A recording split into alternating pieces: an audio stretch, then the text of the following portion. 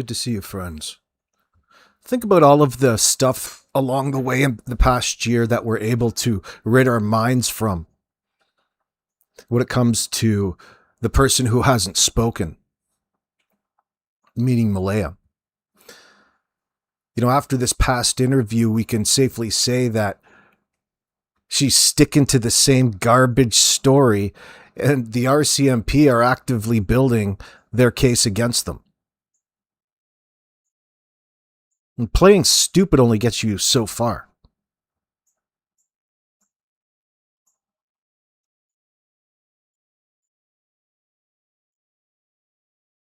People wanting to give her the benefit of the doubt. Maybe she's talking to the RCMP and behind the scenes. Oh, only when it comes to related issues and bringing charges. You guys are fucked. It's complicated, all right. I'm starting to understand what that fundamental wrong is that, what was his name? Rob McManum was mentioning. You know, Cindy never saw, according to Anita, she never saw the kids with any particular backpack or the doll that was mentioned. But for whatever reason, it's relevant to the situation because old Danny boy couldn't help but bring it up about them being missing items. And it occurred to me, considering all of the things that we've come to know by exactly what the blanket in the tree means and its association to all of the other sites with children age appropriate to Jack and Lily clothes, blood and underwear, feces on socks, diaper dumps.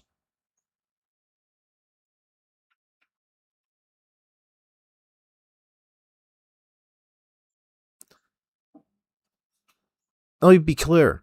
You know, we focused on the bus driver and his brother and him being present when, according to Malaya, the kids were over there, sleepovers, birthday parties. But there was all kinds of other places as well. There was all kinds of other places that they went for sleepovers. Now, at age 3 and 5, 4 and 6, how many friends could these poor kids have made? They're not in school. They're isolated. You're the one in charge of taking them to play dates. Now, if you're Daniel, what does that mean? If you're Malaya, what does that mean? They're putting him into the hands of dangerous individuals for money in exchange. Drug money. They fit into a bigger clique of individuals who are exploiting the children.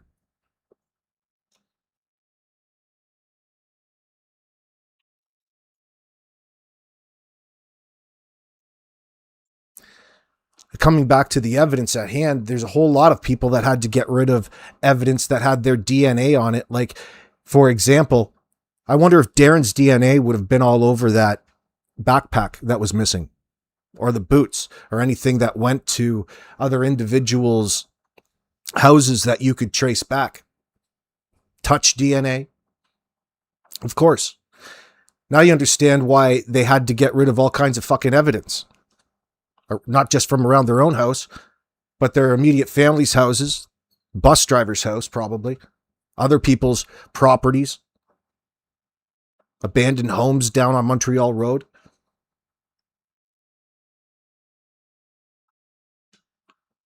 All of the evidence, because of specifically the pink t-shirts, there's probably more. There's not just the ones that I'm speaking of are just Brandon Lemieux. Hero. True Nova Scotian. A true Canadian hero amongst you.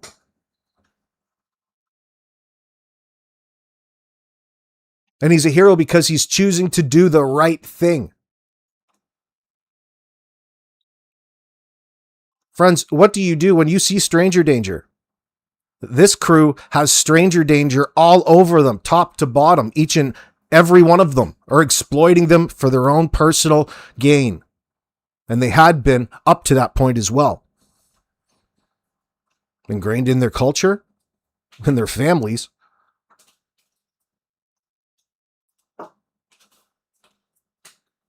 Oh, Bodna. She dislikes him because of the fact that they're kissing cousins. Logan and Danny? Oh, for sure. They're kissing cousins. They've crossed boundaries more than once. Disgusting. She's fucking nasty. Her eyes are so close to her head, you'd think that she was like a Carolinian house wren.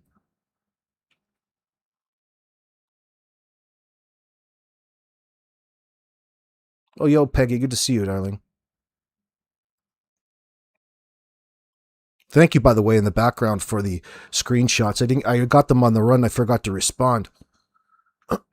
Jordan, I got to see a close-up picture of your nasty Dodge tow truck. You moved it.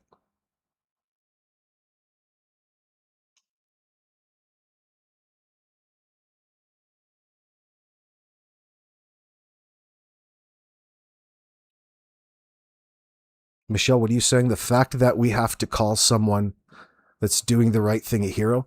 Well, he truly is. He's doing the right thing. You got to think about the timing of that.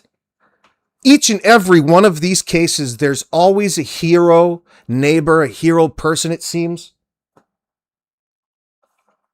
Orrin Orson Welles was Mike. Do you remember how, for those of you who are still around, do you remember way back then, it was in 2020, 2021, but Mike the neighbor had his camera inside pointed out the window and you could see the entire backyard and front yard of Trezell and Jacqueline West's house. And it contradicted, AV Watchman, shout out to Steve. He drove down there and, got his own footage of what was on the tape before, they made it. Well, they didn't like to talk about it in public. Why? Because it was a major piece of evidence. That was why. But it sold for everybody out there that it really fucked their story. Just Jacqueline and Trezell got in front of the camera and lied to the faces of the family of Orrin and Orson West. But they went on and it, what they were claiming to have happened, was a stark difference to what it was you saw in the footage, thanks to Mike the neighbor. And he drew heat at that point in time, like Brandon draws heat, but they only think of it that way because you only see it from a small perspective. You have to understand what it is that Brandon is to this particular case. Very important.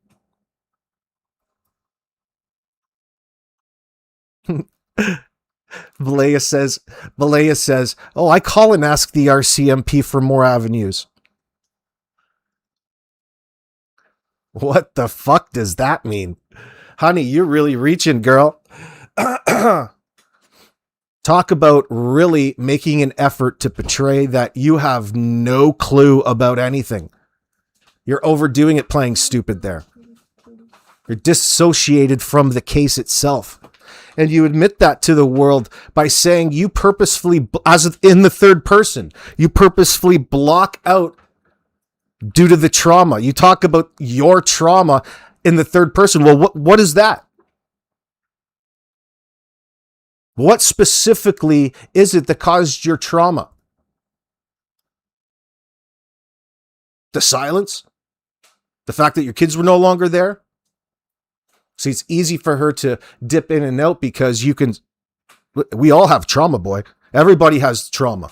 And it would have been traumatic for anybody to have to go through the process of the realization that your kids are dead and not coming back, and you have to carry out this bullshit story for the world in order to avoid prosecution.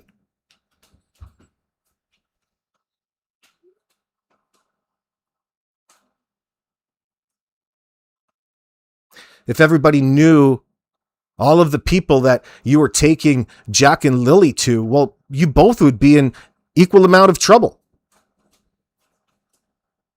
And now that it resulted in death.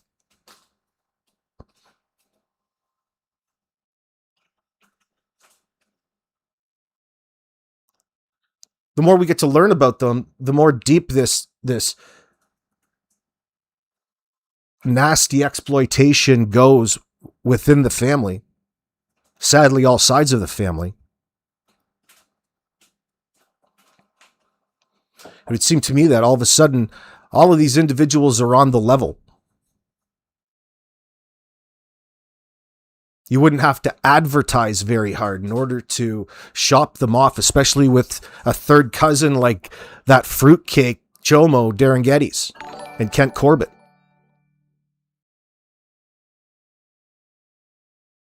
Loving kids in the clean way, they say. We can see that. The clean way meaning, did you put the feces on the sock, Darren? Is that the sock from your house? Thank you, Sammy Sparrow. Or Sammy Miami, excuse me. Hold on.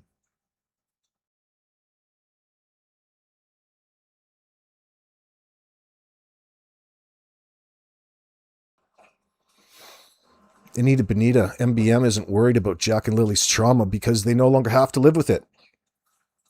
I couldn't believe it. I'm not outraged about it. I look at the positive side of all of this. She's really told us where the case is. You can really understand at what point, a lot easier now with this input, as frustrating and biased towards Malaya that we all get. It has nothing to do with her. It's the fact that it combined happened. It had to have happened. Listen, look back on it in a couple years, and you'll understand. I think we'll understand a lot clearer in that sense why the questions and the performative nature of it at the time. Really, what the cops are letting them do, and I'm trying not to use any analogies, what they're getting them to do, they're really telling us what happened through their language and behavior. Something that they clearly avoid and really don't want to acknowledge in that sense because they're desperate.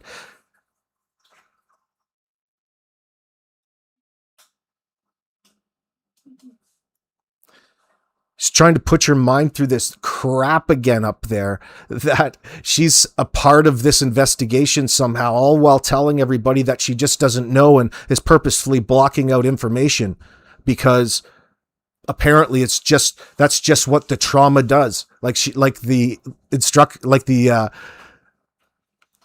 pamphlet tells you. She's using it. I'm not saying that you can take any trauma and insert in that moment to replace it in that sense and tap from it. And Malaya's trying to reach those places. She's just not very good and not very creative when it comes to filling in those blanks. Janie, you start to understand Janie a lot more. Janie knows what happened. And she recognizes, get out of my sink for the 10th time, please. Thank you.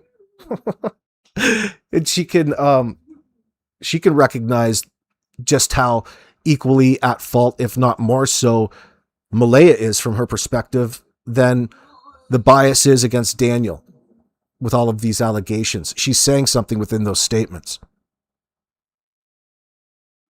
She knows how important the truth is. She likes to peek it through the odd time when she needs to for her confidence in the conversation. But it's far too late for that, honey. You're in on this right up to your waist.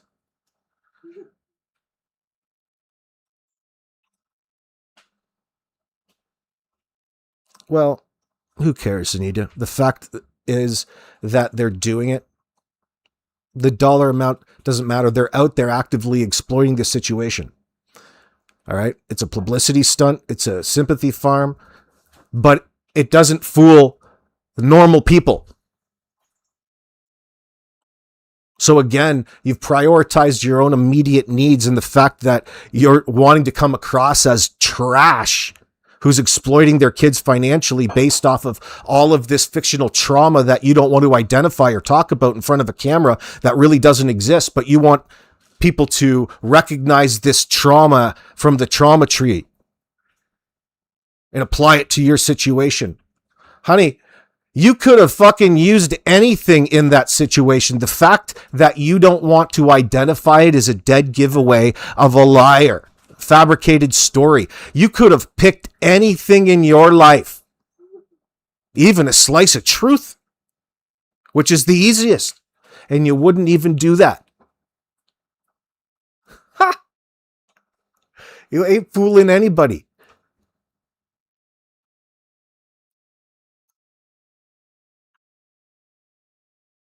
The audacity of this one.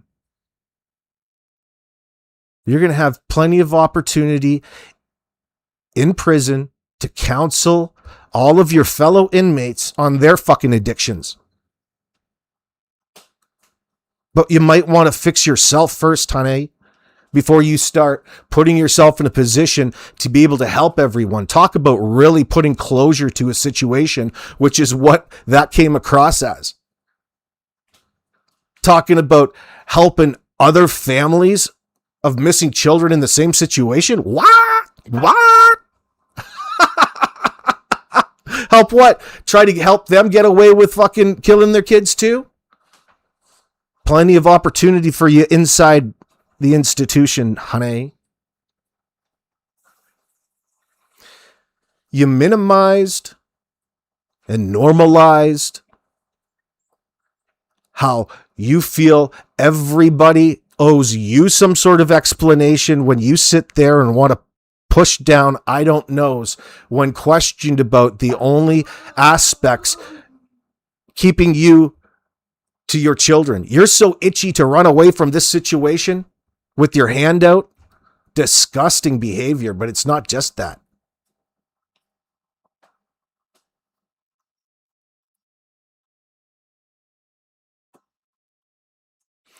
Amy, right on, darling. Listen, they're up shit creek.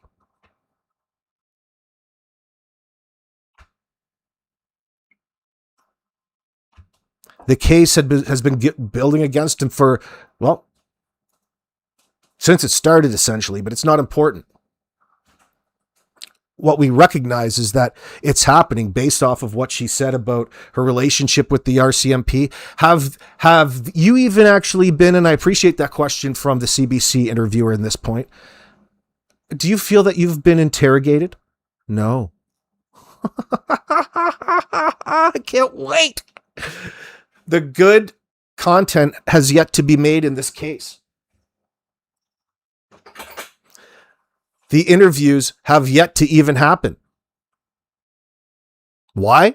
Because of the sheer lack of information that was given to them by the people who were supposed to be taking care of them.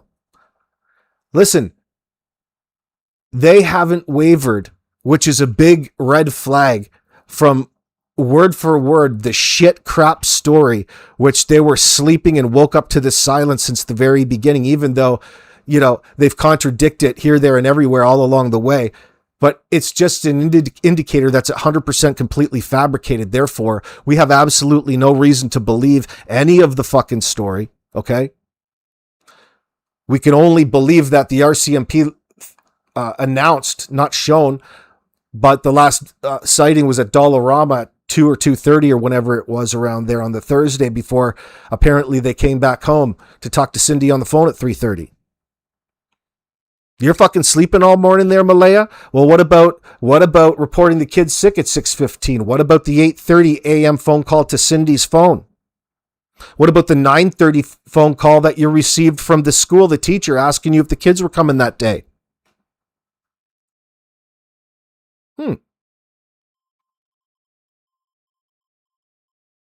I guess it just doesn't make sense. That's the answer she goes with. Well, you know, as far as like all of the investigators, the junior investigators following it, the story, you need not look any further when it comes to your list of suspects. Hey boys, why hasn't this bunch been cleared of any wrongdoing in this particular case?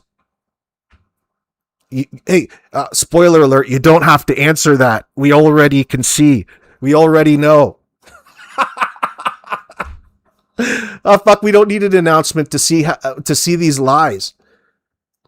And here you are over a year later, still trying to push this fucking nonsense, and you minimize it like it's not important. And what's important now is because Malaya thinks that she is just such a great mother, people owe her an explanation.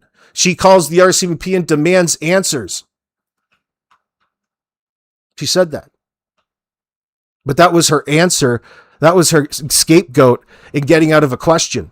Well, I don't know. I call and demand answers. I wouldn't know. I'm the victim here. Don't you know? What a giveaway. Not like we needed another one. So like it or not, it's been evidence gathering ever since. And based off of the stuff that we have, we're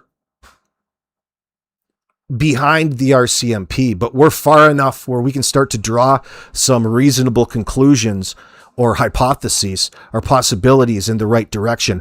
What the reference avenues, investigative term, legal term, forensic term, an avenue has just opened up.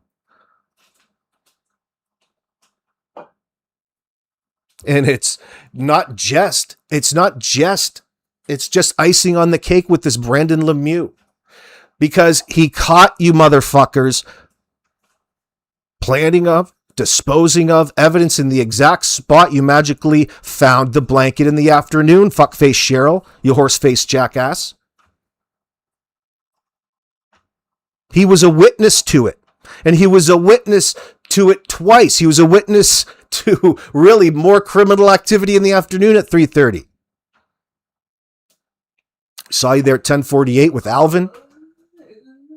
All of you fucking guys had to get any sort of thing that's going to give you up and attach you to the Gairloch Road problems that are on hand. You don't want any association to Jack and Lily. All of the reason to get rid of all of these clothes, all of these things that you had over at other people's homes, other people's houses that were exploiting, that you were shopping, sending them on overnight sleepovers, little parties.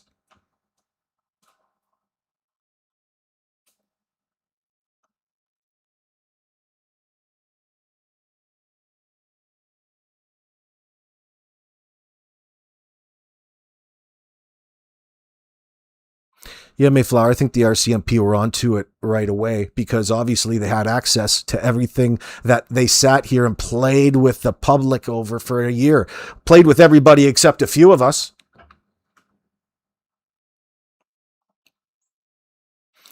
So Brandon's a witness to the planning, the finding of it, but wait for it.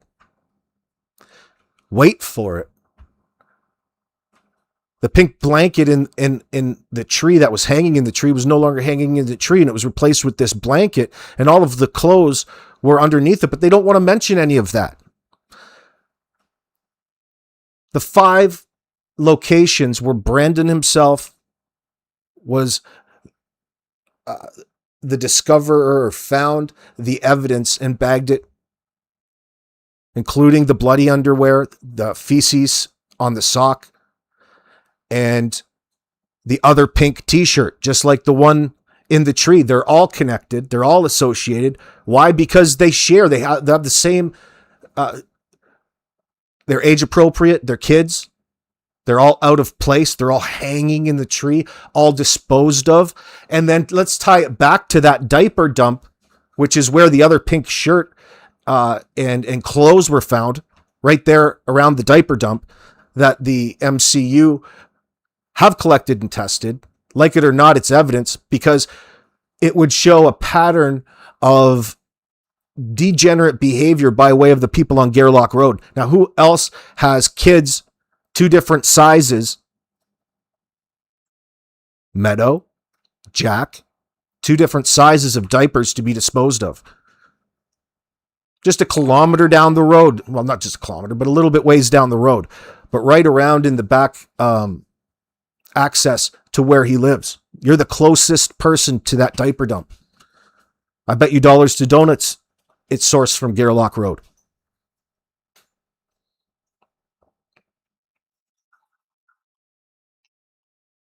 Now, why is a bunch of fucking weird, tweaked out perverts getting rid of a bunch of clothes associated to young children? I wonder. And right in the proximity to that fucking weird bus driver and his CP making brother, Paul, who was around when Jack and Lily were over there staying overnight.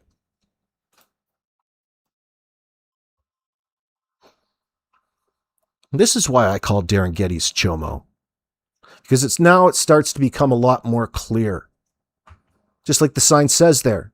Look at that fucking ugly looking mustache. Dude, you're a weirdo, just like Cindy describes you. Malaya's Cindy doesn't like this weird Durwood. And he's been around for how long exactly? We can't pinpoint it, but Anita says, he's been around in their proximity for years, not just recently out of the blue after Jack and Lily came up missing.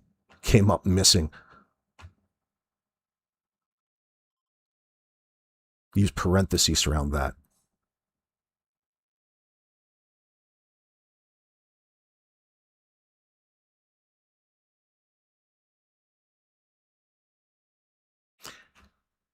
Why don't you guys feed your kids? That's so bizarre to me. Never any mention about food or dinner or even what the kids had to eat if they ate anything, but you're trucking them around Hell's Half Acre within those days. This normal behavior for these individuals. You're in the middle of Walmart at 8 p.m. for what? Why? What the fuck are you out and about at evening when you've got kids on a school night for?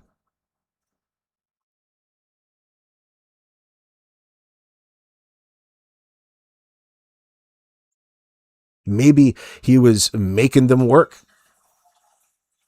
He was pimping them out in that sense. And he was working harder because, well, the money was stopping. They're having financial difficulties.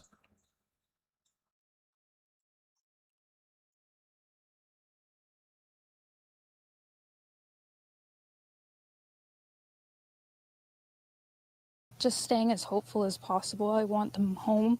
I want to hold them. And I want them home. What happened was we woke up, I heard them playing in the next room beside us, and I was drifting in and out of sleep. And they're not the type of kids we tell them not to go outside on their own. We always make sure that we're out there with them, watching them. And they happen to just get out that sliding door, and we can't hear it when it opens. And they were outside playing, but we weren't aware of it at the time. And the next thing we knew, it was quiet. And we get up and I tell him, my partner, Daniel, I tell him, do you hear the kids? And he says, no. And we get up instantly. We're looking outside. We're looking everywhere, yelling for them. And I instantly just call 911. I just had the instinct I needed to call.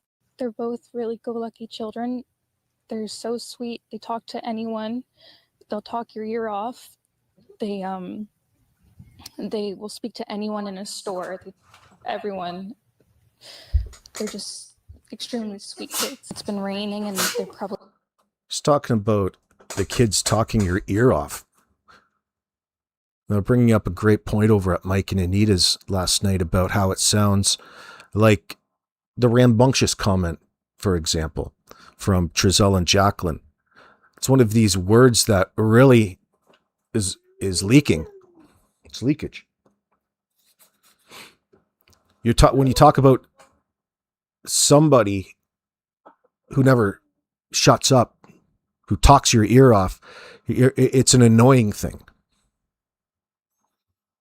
So there's a leakage perhaps of the problems in the background that they were facing Lily talking to people at school, the teachers. Yeah, it's a real problem for their lifestyle. Mayflower, 100 bags of diapers, doing laundry every 6 weeks, putting your kids to bed in dirty clothes. All attributes of being a good mother, right? MBM. Good mother. You fucked it up there. You really screwed up. You went a bit far, Malaya. What's up? Looks like you got stung with 100 bees, like right on your upper lip. I don't know what's going on. Maybe she slipped with the injections. I don't know. It doesn't look right.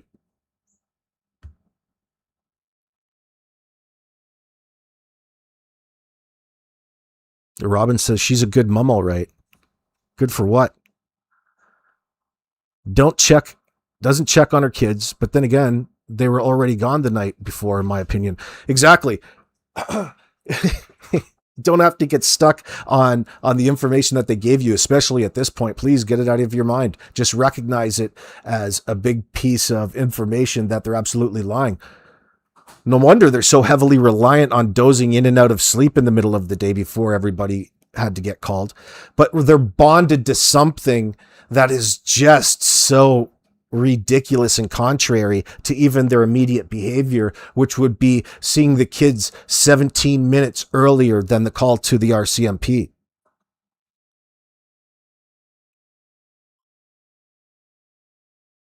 You're tied to that 17 minutes.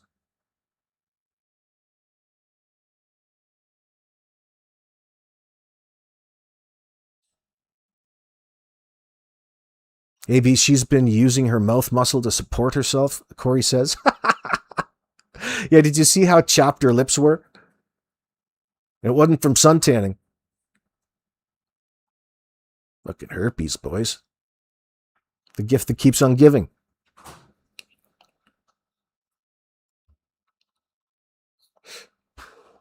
Maine, USA, missed 40 days of school and she's a good mom.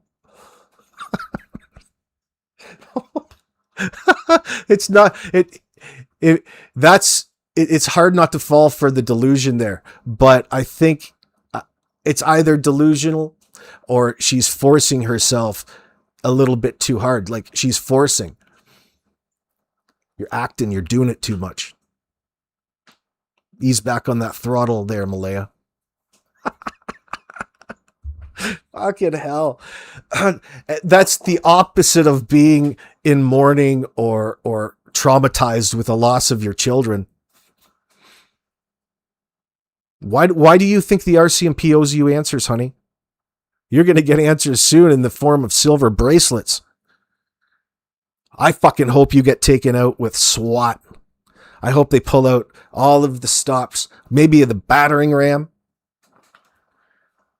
Chase you fucking down the road. Now you go down pretty easy. We don't know about the dude you're going to be in bed with, though. Maybe he's an undercover.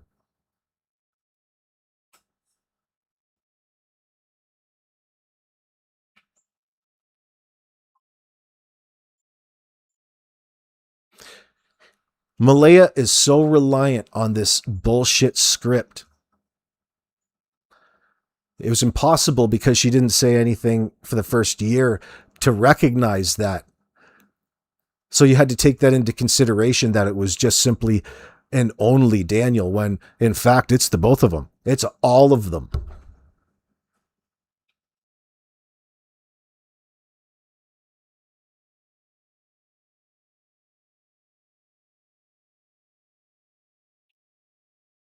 They wanted all, now it makes a lot more sense why they wanted all of that camera footage. All of the cameras on the trail cams. How disgraceful too, Malaya, by the way. You think after a year you would have came up with some sort of line in replace and tried to put it back at the RCMP for not sending out an Amber Alert. You still can't say anything. It still makes no sense. What difference would it have made? You get in and out of putting yourself in a position of having this knowledge, this special knowledge that you guys all love to prop around. The only knowledge you have is what happened to Jack and Lily. What happened to Jack and Lily that you guys needed to go to this extent with a false alibi, false narrative?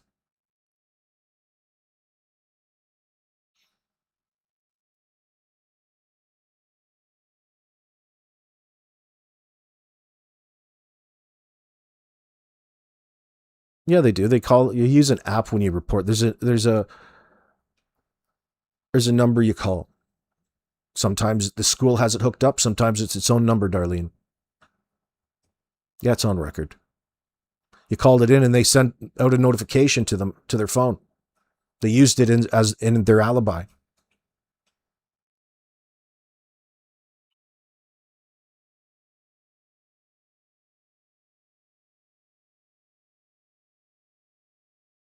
You know, what do the footnotes say, chicken?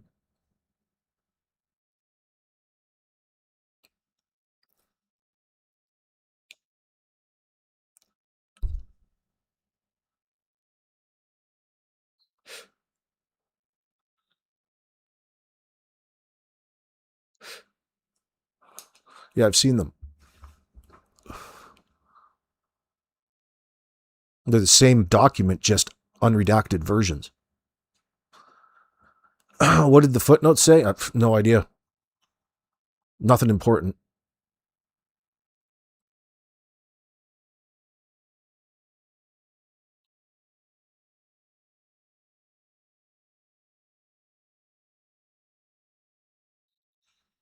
Darlene, Lily's teacher emailed MBM at 9:37 and asked, "Where are the kids?" MBM responded at 9:38 a.m. "They are home sick," then reported them missing at 10 a.m. Thank you for the clarification.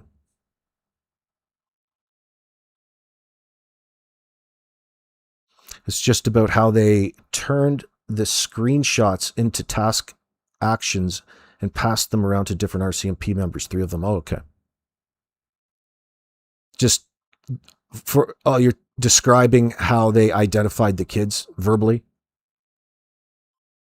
through screenshots taken by the footage from officers who were there witnessing the footage type of thing.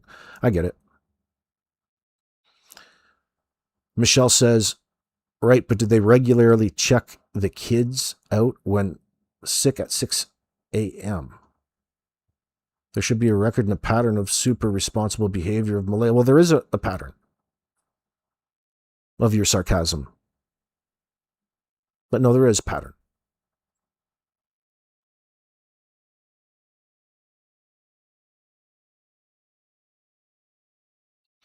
We have to remember, too, Darlene, sometimes, there's a record of the absence, but beyond that, when your kids are in junior kindergarten and kindergarten, you treat them a little bit differently. It's still the rules to report them through every school has an attendance reporting system. But when your kids are in junior K and kindergarten, you have a more direct relationship through text, through communication, through text messages on your phone usually. That's how you mainly communicate.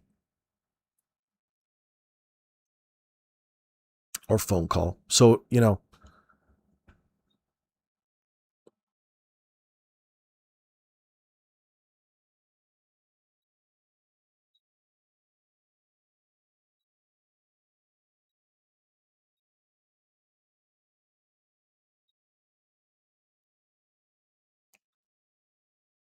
I only say what I said because this was told to me directly in person by Lily's teacher.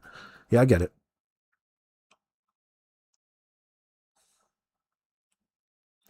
I bet they weren't planning on calling law enforcement, but the teacher called.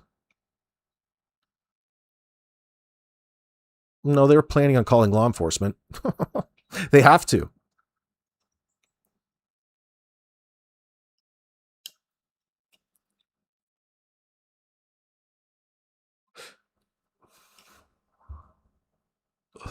Why did the teacher have to call her? God knows. Who knows, Coop? Is she lying about the 6 a.m. notification? I doubt it. It's... I don't know. I don't know why you guys are so hung up on it. I don't give a fuck. It's not abnormal behavior. The teacher may not have looked at the attendance, seen it reported. Maybe they were setting her up for children's aid interview. Maybe she was kept out for a reason. We're not privy to any of the ongoing issues that we know they were having at school. But it's not unheard of for the teacher to call and communicate directly with the parent through like text or email.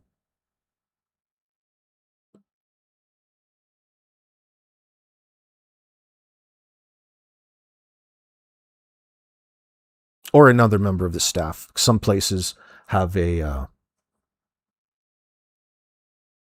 just a liaison officer. But for JK in kindergarten, like they were in, and it's a country school too, so it's nice and small.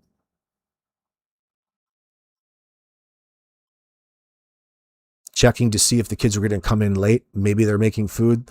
Probably had something to do with in class. Maybe something else was going on. It's only, you can only guess. I don't think it's very significant at this point in time.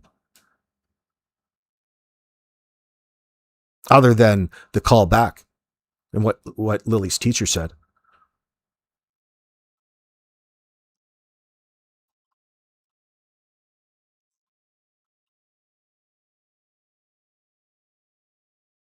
But there is a reason for it.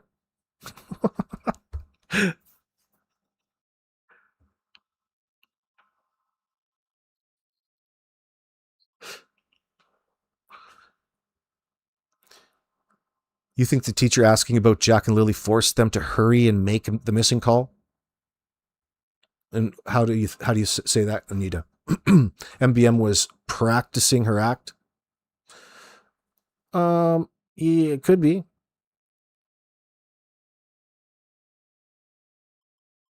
She was getting a little stressed out about it. Yeah, they're probably all tweaking the fuck out.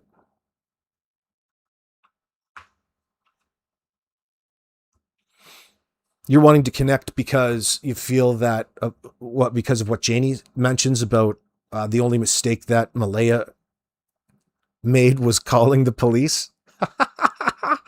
Yeah, it's hard to ignore that one. That's a good one. It's hard to ignore that little piece of leakage. Thank you very much, Janie. That little piece of the truth that Janie loves to stand on. We'll find them.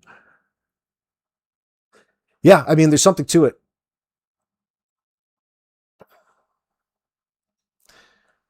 We're going right into the crime, though. You know, that's all a crime, is what we said. You know, what we're describing. They're conspiring. They're just not in agreement. Well, what would be a good time, Janie? Were you hoping it probably has, and I'm just going to take a guess, you know, and it is going to align a lot with what Mike has said. I'm not just saying it because he said it, but it has to do with the fact that, fuck, it's probably not her doing. She's not in control of Jack and Lily, and it's just another problem that they've brought upon her and set on her doorstep. Go and fucking do all of this somewhere else. Why does it have to be here? Why don't you guys go on a trip and call it in Sunday, or etc.? Is that what you're getting at, type of thing? Then yeah, I don't mind hypothesizing a little bit with you. Yeah, there's definitely something to that, and you would have to expect that would be it. You know, Daniel or Janie has sealed her deal with being this false alibi and lying to the cops. and being an accessory to what has happened because she's facilitated them living there.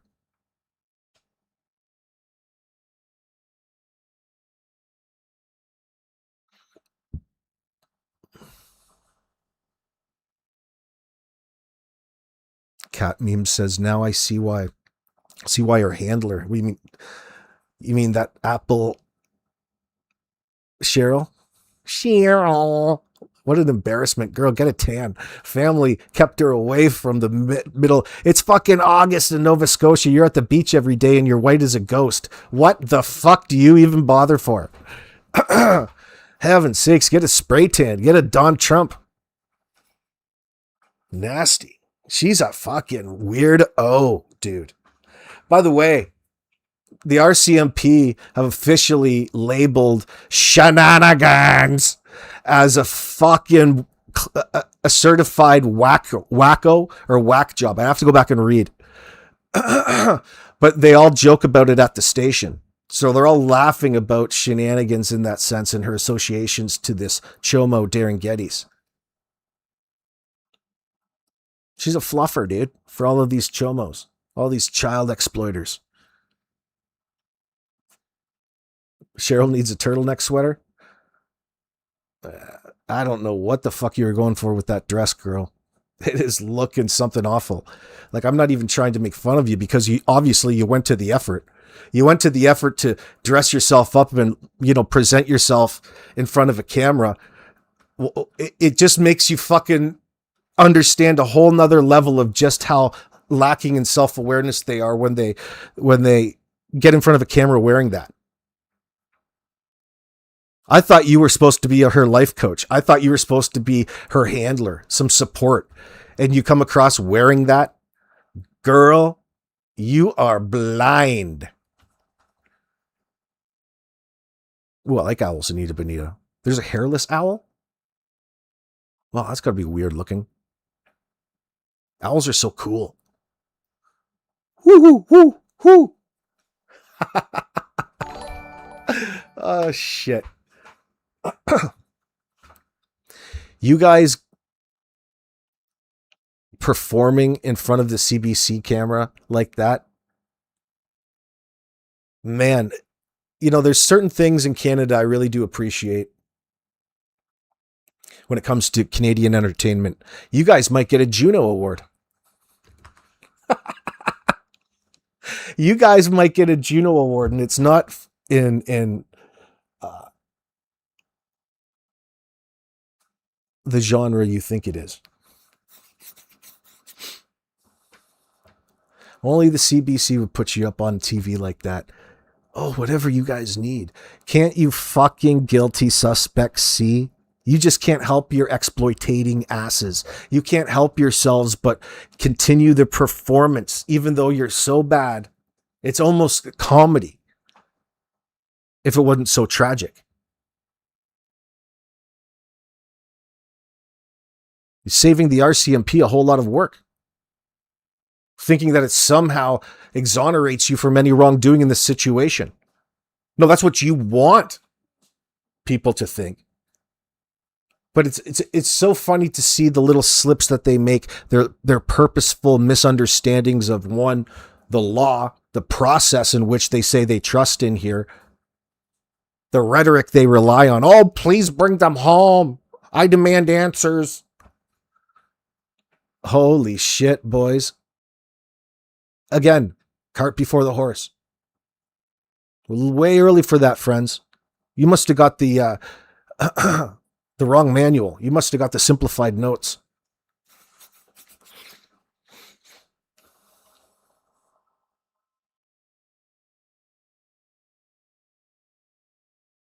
We demand answers. Oh, so you switched into the third person there, RR. That's another one she was fucking doing too, switching. Anytime things get hot in that interview, she has to revert to that rhetoric. That's the signal out. Oh, okay. Oh, let's next question. Next question. I don't think I can answer that. Oh, I can't answer that. I want to protect the integrity of this investigation. All of a sudden, you're an RCMP officer. That's really desperate. That's a bailout, a cop-out. Another indicator that you motherfuckers are guilty. Oh, my trauma. Girl, I've got more trauma than you do, and I'm fucking happy every day. Happy to be alive. And my kids love me. Well, my child does, I think. Yeah, she does. Sadly, I don't think they see it, AB. It's baked into the culture there, their lifestyle. Don't even say that about Nova Scotia. There's so much good in Nova Scotia. This is what happens when you spill your dinner plate on the fucking floor and don't clean it up for 120 years, things grow on it. All right? You got to go in and fucking mop the floor the odd times. Listen, they've got something going on amongst them. And Jack and Lily were at the center of it.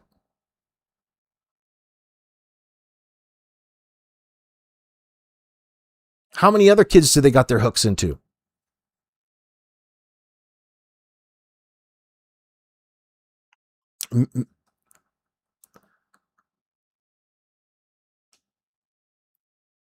People, the public see it, Michelle. Without a doubt, the public see it.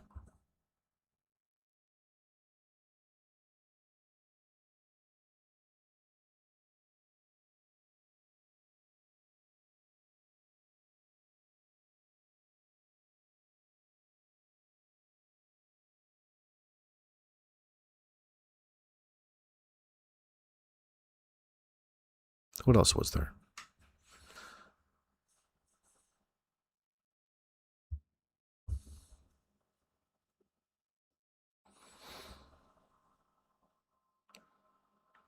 The boot prints and pink blanket. Thank you, Trail Hiker. I appreciate that. The interviewer says, in terms of the evidence, we know that searchers found a cluster of boot prints. One child-sized boot print on the trail believed to be the size of Lily's shoe. What do you make of that? And the fact that there were another footprint found in a recent search. Maleyha's answer is, I don't know, because I don't think I could speak on that. Yeah, just doesn't make a whole lot of sense. No, it doesn't. Meaning your behavior, honey. Then the same with the pink blanket. Do you want to talk about the pink blanket? Oh, I don't even know how it even got there. I don't even know how it even got there. Even? How did the blood get on those purple panties and the matching headband? Malaya, do you know anything about that? I don't even know how it even got there.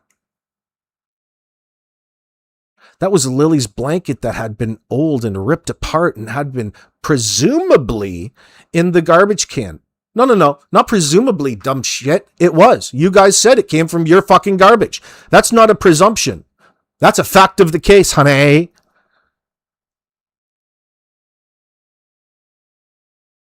That was Lily's blanket that had been old and ripped apart and had been presumably in the garbage can.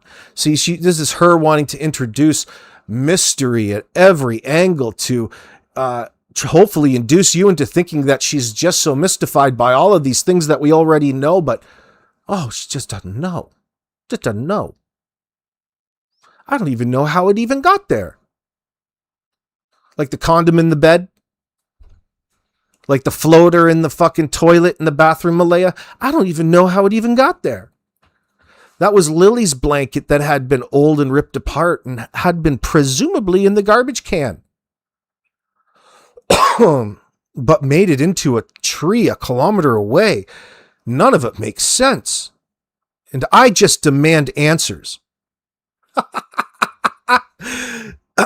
So this closing statement would make you think that, I just demand answers. Well, you don't want to talk about it, but you demand answers. Well, what does exactly demand an answer over? I just demand the answer. You're going to get a fucking answer called slam, clink, clink, jingle, jingle, jingle. Lights out at 9.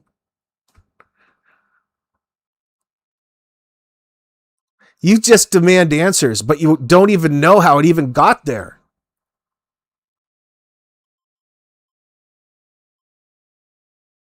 It was presumably in the garbage can. Presumably, fuck, Janie said you even helped Danny put it in that garbage and double bagged it. Remember the whole story? Uh-huh. Trying to help you, girl. Trying to answer your demands.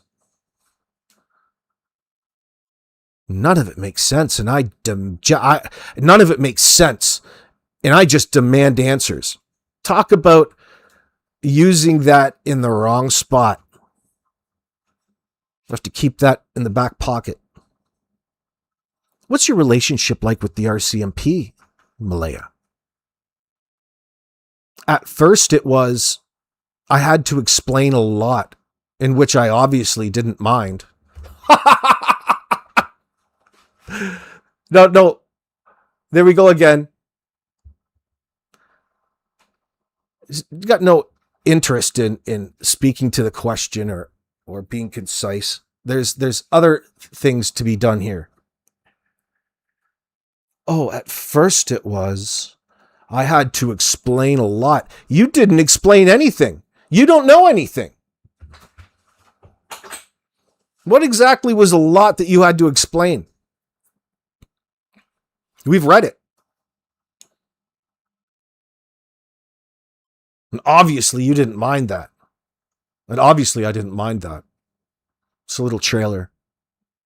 Hedging. There's some hedging language going on. And I gave them everything that I knew that I had. And that everything that you knew that you had. And that... What? Listen to this. This is fucking some circular talk here, folks. Malaya says, at first it was, I had to explain a lot, in which I obviously didn't mind. And I gave them everything that I knew and that I had, and that, but it seems like the relationship is kind of dwindling off because they're not explaining enough, she says. What does that tell you? The case is building against you, girl. That's what that says. And I understand that they are busy and they have many other cases, but also I just feel like more should be happening. That's just a measure on your own personal paranoia because you know it's eventually coming down the line. You know what's coming. You know what you've done. You know why you're lying. The reason you're lying still to this very day is that you have everything to do with whatever it is that took Jack and Lily's life. It would result in your loss of freedom. Prosecution.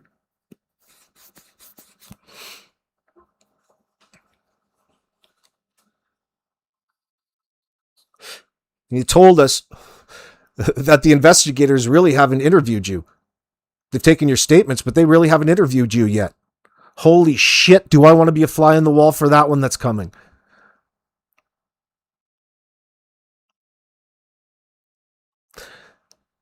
Because it's taken that, because they're not cooperative, they have to build that objective timeline away from the parents who should otherwise be, if this was a legit situation or innocent, a source of information. But the only source this bunch has been is deception, lies since the get-go. And it's only goes so far. This is all that's happened. I woke up and my kids were gone. Then my instincts, my motherly instincts, because I'm a good mom, kicked in. Malaya's good mom instincts always happen after the fact. Holy shit, your kids are dead now, your motherly instincts kicked in. I don't think that's what you're feeling. I think you're confused, girl. That's your fight or flight mode.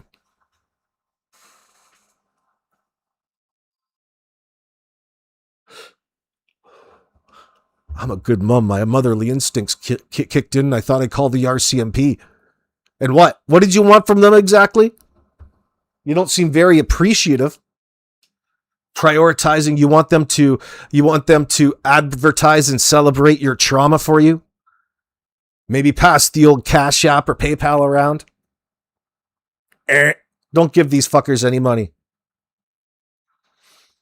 You'll be funding CP directly yourself. You'll be funding child abusers, murderers, exploiters, and their family.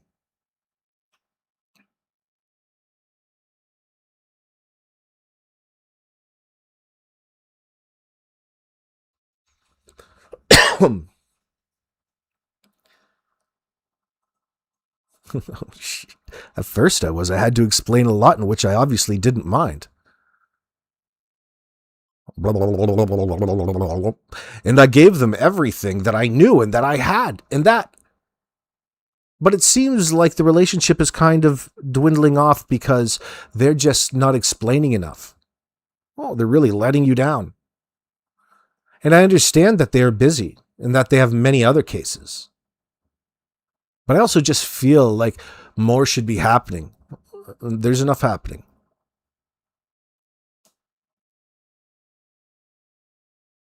I know at points you were questioned heavily by police and even given polygraph tests.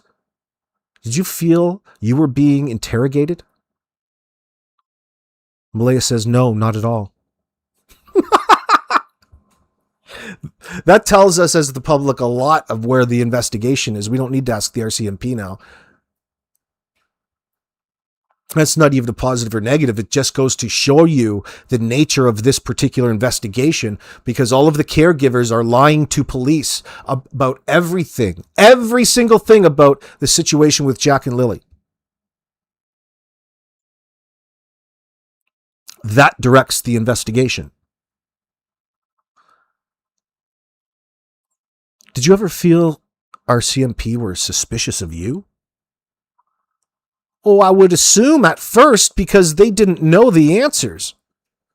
But the RCMP know now. Yeah. Think about that. Think about those words. Yeah, they're suspicious of you now. They weren't at first. Did you ever feel the RCMP were suspicious of you? I would assume at first because they didn't know the answers. But the RCMP know now. Well, fuck it. Yeah.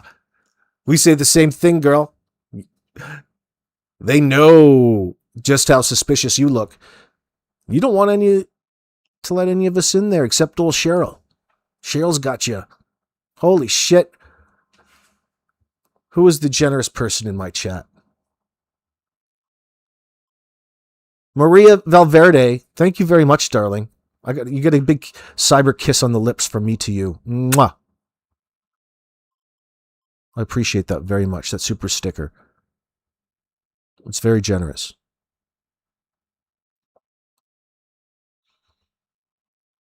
What do the police now know, I wonder? I wonder what Malaya is alluding to. She's so unwilling to get into specifics about anything. This normalizing and minimizing of the events of that day, which would be the source of your trauma, the stuff that you want to claim. If there's any discrepancies in today's show, I want you to know that it's just because of my trauma. All right? Thank you very much, Maria. Are you sending that? Are you celebrating my trauma? Thank you for not giving that to Malaya Brooks Murray, by the way. My trauma is much more important than hers.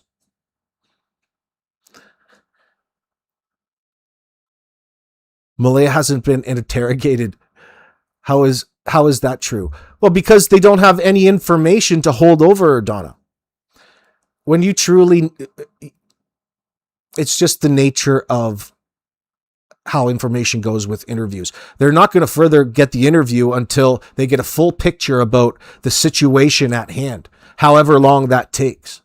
As soon as they have the answers to their own parallel investigations, it's not just one investigation called the Jack and Lily. They have a parallel one. They've got a game plan. So unfortunately, because of the amount of lies and deception, they've had to build a case isolated from what was information reliant on the caregivers in this particular case. But the fact is, now that it's acknowledged, is good for the public knowing, gauging where and what they're doing, even though that they're probably way ahead of what we think. It's ridding ourselves of that extra consideration. Bodden wants to say no grieving mother would give two shits about protecting the case, protecting the investigation. Yeah, exactly. No one innocent has ever said that. Guilty people and suspects are worried about that. Not innocent people who are desperate to get their kids back and searching for them. That's completely contrary into fucking giveaway, a tell. All right. That's a tell there, Malaya. If we even needed another one.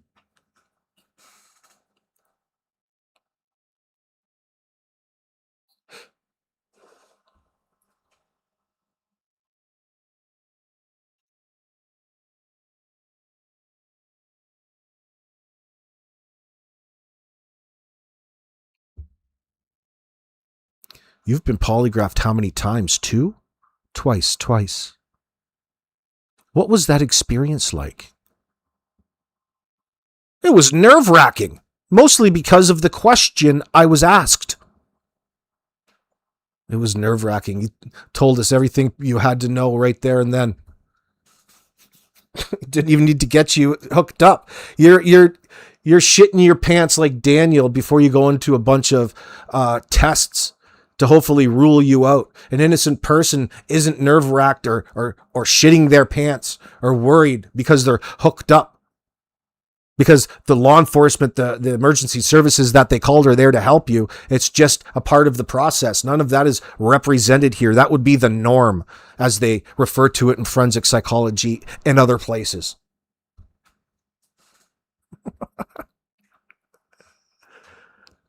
You guys are so deviant from the norm at all times. It's slapstick. You guys are fucking desperate. Knowing that any sort of further truthful question, you're as far as you can possibly go, refusing to talk. We see it out here in the public. The RCMP see it. It's the same thing. We're looking at the same damn thing. There's only one reason for that.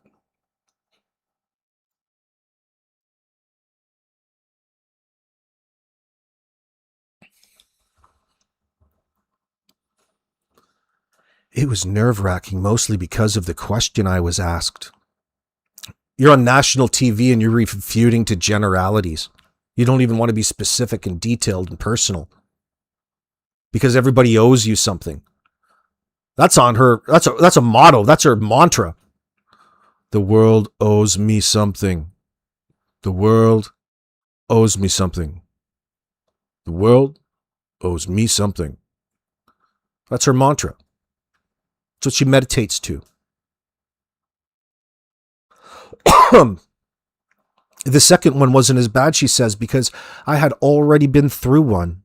But I understood why they had to be done, and I just got through it because I knew the truth. There you go again, leaking. Leaking your avoidance, girl. Oh, the second question. But I know the truth. Well, it wouldn't have been nerve-wracking then if you knew the truth. It's nerve-wracking because you know the truth.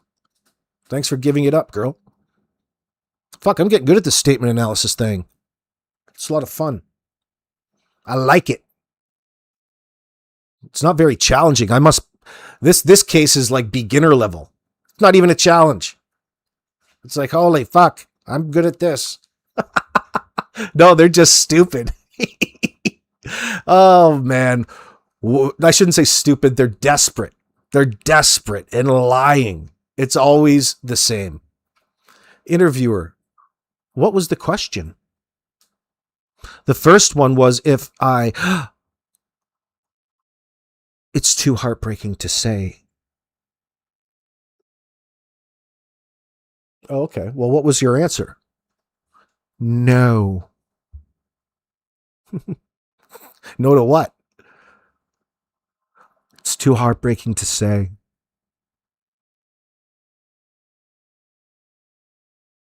Nothing deceptive there, is it?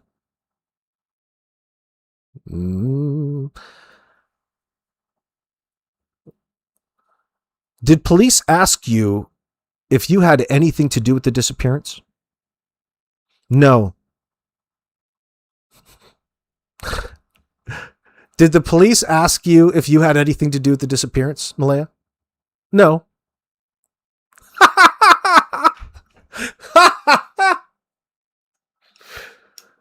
Oh, so they've been suspicious of you regardless of what you said. They didn't even have to ask you. That's literally how bad it is. Of course. That makes so much sense. My God.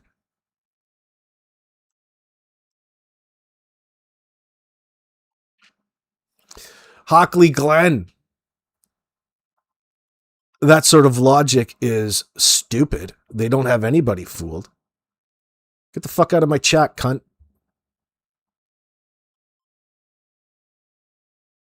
Nobody's fooled, you fucking idiot. Irrelevant question. If they're so stupid, they're fucking stupid. And then some. Cares about them being stupid. That's just an easy label we can put on them for now. These are fucking child killers, exploiters, sexual deviants, the worst of the worst, and you're sitting in here propping them up. Fuck you. Fuck you, pal. People need to be screaming from the rooftops over the shit that comes out of their mouth.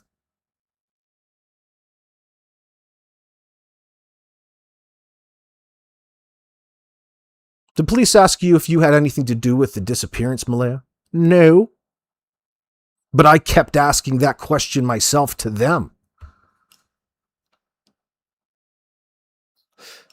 And they would just reply, that's a good question.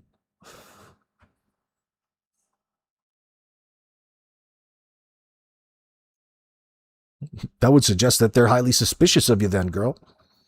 I thought you said they knew now.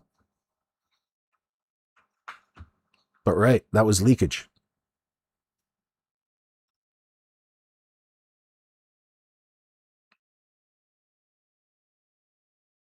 Trail hiker Maria.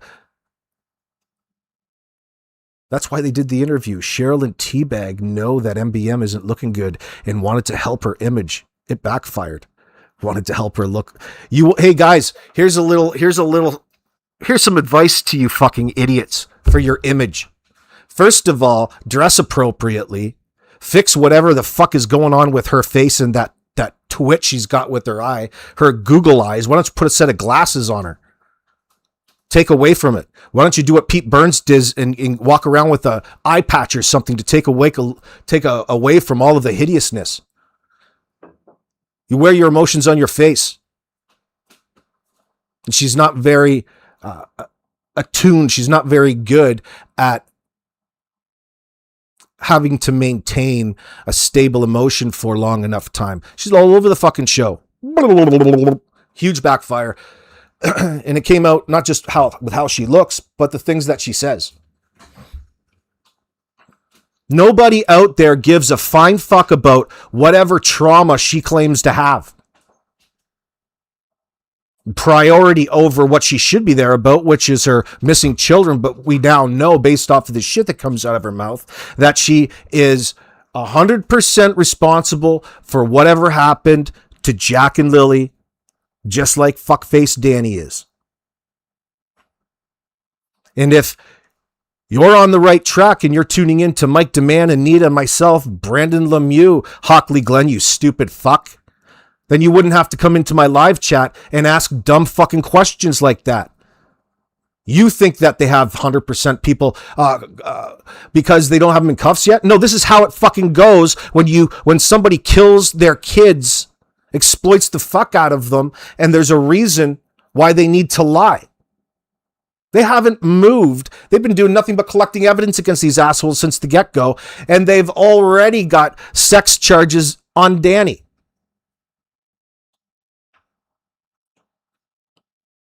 We couldn't ask for anything more. It's an unfortunate situation, but we want convictions. We trust in the process.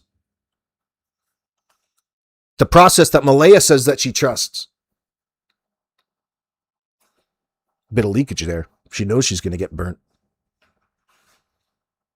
She knows how bad this story is. And thinking that they're getting away with anything.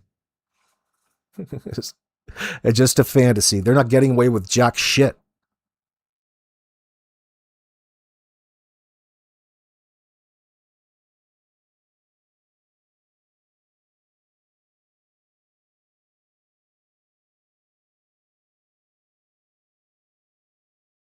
I couldn't believe you fucking idiots are walking down in Westville on July 1st, Canada Day, throwing candy. Parades are for celebrating, Malaya. Even if you were, it would be not recommended to be doing what it is that you're doing, walking around like that, especially when you're you. Whoever is conditioning you into thinking and getting you to do all of this shit, you need to replace that individual. By the way, a good mother would know exactly what it is that they need from the system and what needs to happen. They would be on top of things. You are just in this ball of confusion and you want to normalize that for the public. Ain't gonna work, girl. That's impossible. It's really turning into a session of you begging for people to believe just how traumatized you are and give you money and sympathy. That's what your interview came across as. Hardly any talk about your kids. You went out and bought new toys that don't have anything directly to do with the kids in order to prop them on in front of the camera. You brought these fucking new toys that you go shopping for as a form of sympathy farming. That's not even a good version. Who the fuck does that? You went out and bought toys. Why didn't you buy those toys for the kids when you had the kids there? Maybe Danny wouldn't let you. Maybe you didn't earn enough. You didn't have any extra income for that. That should have all went to food. Now you're going and buying random things because it reminds you of Jack and Lee. That makes no sense. You pretending and thinking that they're just going to come home and they're being well looked after right now, that actually came out of your mouth. You can only assume that they're being looked after well right now and are going to come home someday. That really is a light into the possibility of what really happened here, knowing what we know about this little network of chomos and your associations to it. And what we're talking about and Nita and Mike are talking about over on their channel about all of these sleepovers and you providing access to a bunch of child predators to make their own personalized content in exchange for your dope money, girl.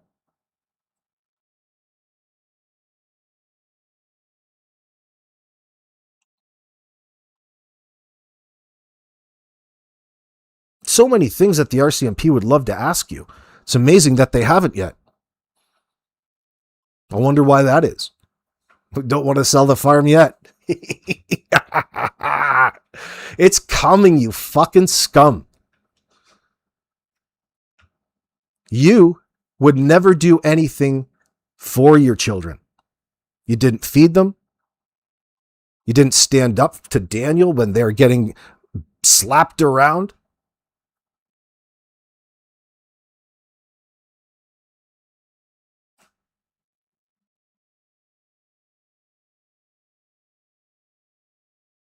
What do you think happened to them, Malaya? The only thing I can assume is someone took them, but for what reason, I don't know. Yeah, no follow-up questions, please. But for what reason, I don't know. I couldn't imagine. But you've already referred to things like stranger danger, Malaya. You've already talked about stranger danger. So you acknowledge that link right there, but you don't want to know for what reason your kids could have been taken? Well, that's not really selling your abduction story very well. I can only assume that someone took them. I can only assume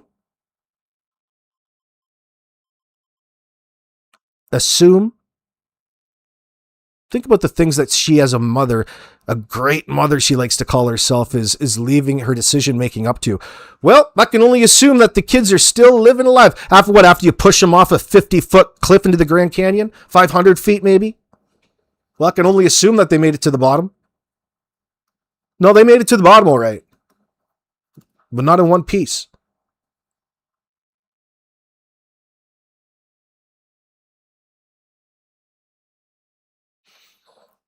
And it would have been from your home. Very interesting question from the interviewer. See, this interview reinforces just how desperate and much they rely on that bullshit story about May 2nd in the morning. The one that has so many fucking holes that they want to avoid at this point in time, which is good news for this situation coming to a resolution with them incarcerated. Oh, she desperately needs everybody to believe that it happened at that Gairloch Road residence. The interviewer asks, and it would have had to have been from your home? Definitely that morning. But I just want them back home. Well, where exactly is home to Malaya right now? No. Rhetoric, definitely that morning. Yes, definitely that morning. It's so important that you guys believe that the kids were there that morning.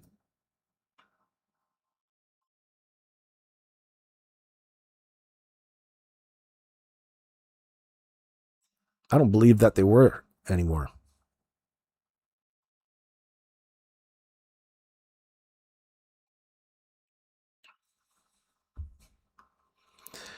RCMP have publicly said that they have no reasonable grounds to believe this was criminal. Do you think this was criminal? Maleyha says, I honestly don't know. Well, she had to tell us that she was being honest. Well, isn't that to be expected, honey? You're lying. You want to talk about your kids being abducted? And you're going to have to honestly say that you don't know? You just can't waver from anything. You're so wishy-washy in all of this. No conviction in one thing that you say.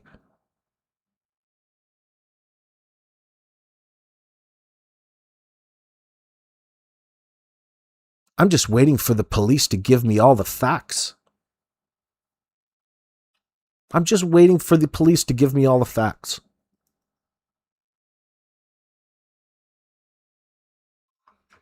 Again, there's so much wrong with that. And we can't get our minds away from the fact that you're claiming to be a good mom. You're claiming to be a great mom. I'm a great mother. I'm honestly a great mother. Don't think so. To who? Do you think the RCMP are withholding from you? Malaya says, I feel like they have to protect the case, and I understand that. And even though it's hard and extremely frustrating, I just have to do what they say and pray every day that they bring them home. Talk about a cop-out. That's just a bailout. Psychologically, resort to rhetoric. End the question. AKA an indicator of deception. As you know, there's been a lot of accusations flung your way from Daniel Martel, your former partner, and his family, that possibly you or your family were involved in some way. What do you say to that? Here she goes being honest again, guys. I honestly don't know what to say because we both know we were in the same bed that morning. What does that mean?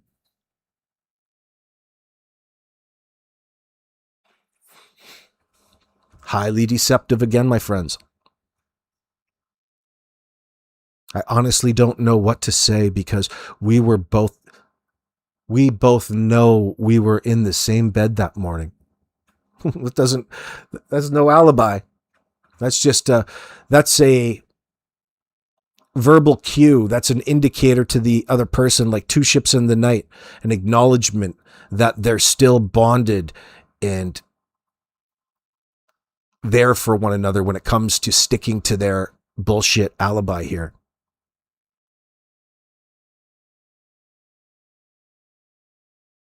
So I don't know, and I don't understand why they would make up stories after.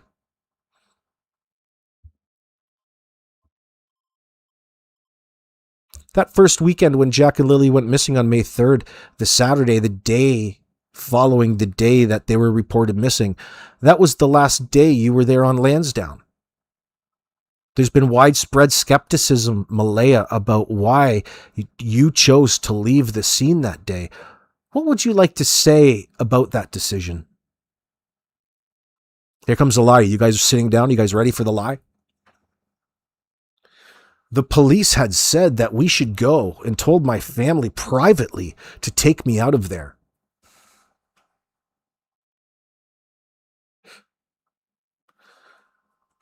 Every part of that statement is an absolute lie and against the law.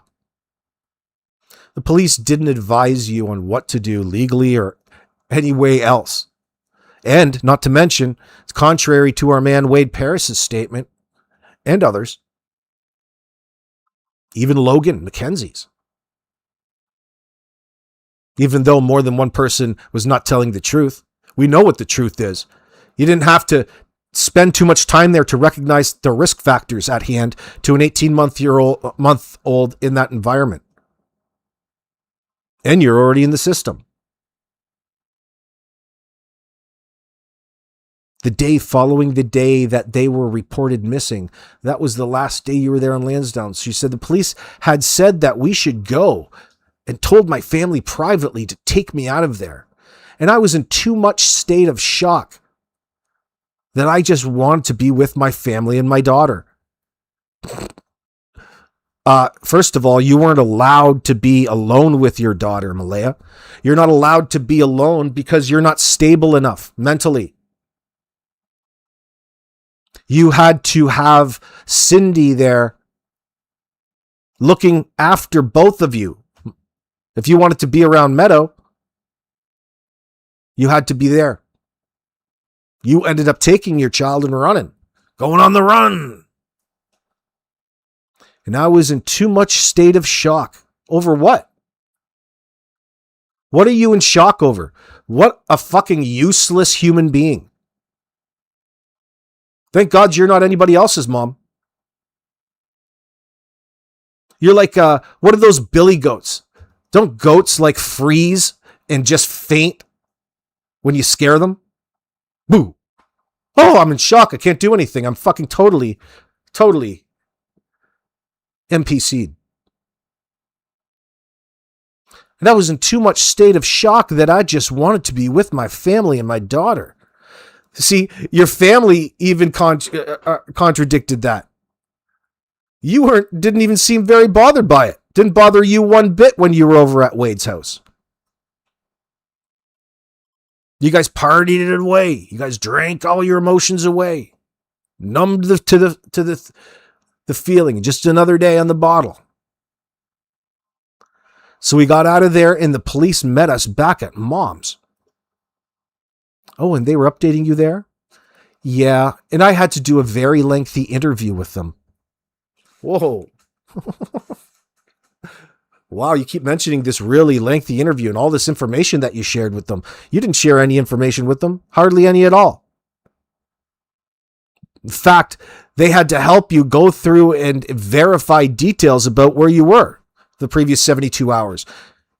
You're not giving them any information when it comes to the important timeline on the Thursday into the Friday morning. You just want us to believe that the kids were home and with you. Not good enough. Especially considering you all have a different story and were lying and fucked up in the very beginning, even retelling it to the responding officers. They had to make a note about it.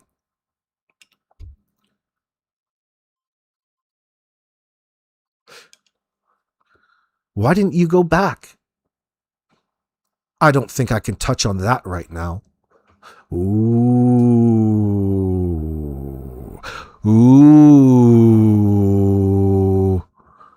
Is there anything you can say about what life was like before May 2nd in the home with Jack and Lily and Daniel? I don't think I can talk about it right now. I'm sorry. major lead. You can't tell that to the detectives. You can try, I guess, but it's going to get you in handcuffs.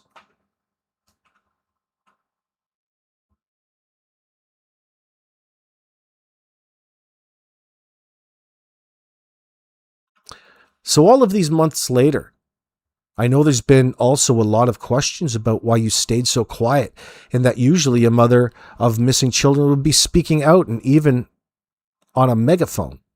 Why hasn't that been the case for you?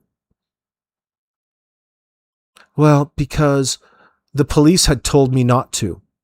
Can you imagine police telling the mother of a reported missing children not to say anything? You just be quiet over there. You don't want to say anything. You don't want to jeopardize the case. You don't want to jeopardize the case. The only person in that situation, in this situation, who would be protective of the case is the suspects. Nobody else. There is no cop anywhere, nobody anywhere telling the parents to censor themselves when they need all the help that they can get in order to recover their children, their beloved children. But not here. You guys die by it as a tool to get out of an uncomfortable situation when it comes down to real questions about what's happened. Another tell, guys. You're not very good at this.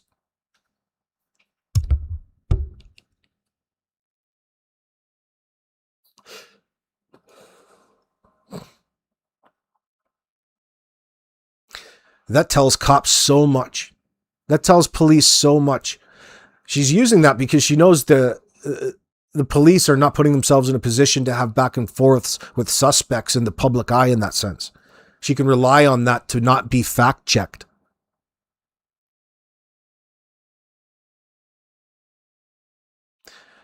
Because the police had told me not to, that it would jeopardize the case, and I just did whatever they told me to do because I didn't want to jeopardize the case in any way. And I also wasn't ready because I'm continuing to go through extreme trauma. Are you sure it's not just the regular trauma? Warning, extreme trauma. Yeah, listening to this shit is extremely traumatic for the public, especially out of your mouth there, Mom of the Year. Oh, and even this is extremely hard for me. Don't you guys recognize how hard this is for Malaya, guys? Send your gifts here. Send some money to Cheryl's bank account.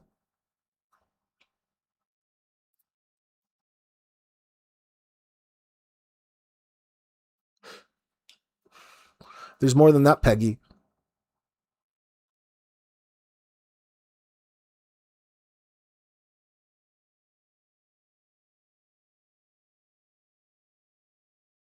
No, Jeannie, you're right. She didn't.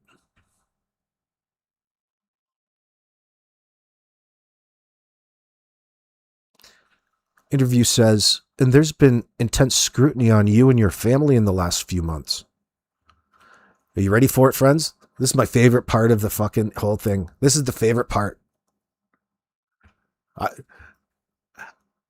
I don't feel I owe people anything. If anything, I'm owed answers. And to have my children back to me. And I believe the police know what they're doing and that they're doing everything to find Lily and Jack and bring them back home to me. That's not exactly what the cops are doing right now, bitch. I don't feel I owe people anything. We can tell.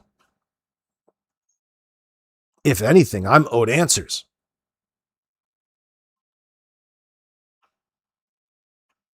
Make sure you tell the judge that. Unbelievably, me, myself, and I, Miss Maleyha. She's very self-aware. She's so self-aware. Oh, this. She's like Ricky Henderson. The Ricky Henderson of psychology.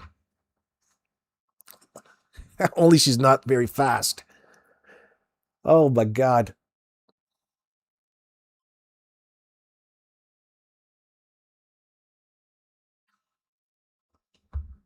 So why now? Why speak out now, Malaya? I just feel I need to continue keeping their faces out there. What, like you have been? Continue. You haven't been keeping their faces out there, and it's really not that important in a situation like this, considering children are dead and you're responsible for it, allegedly. It's only a matter of time. I wonder who is going to fold first.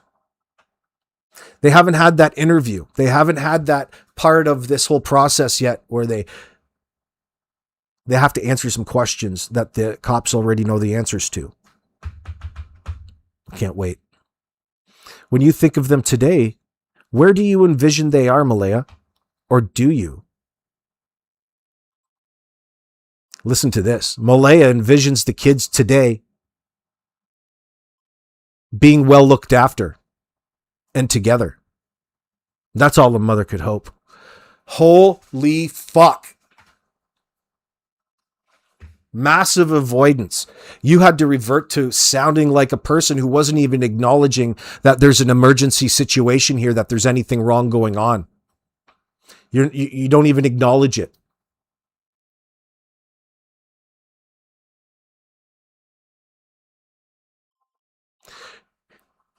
You envisioned them being well looked after. Why don't you talk to the detectives a little further about that, baby? Nobody's that delusional. It's the fact that she's straight up so desperate for people to buy into a fantasy bullshit narrative in that sense. It's an offer. It's a bait.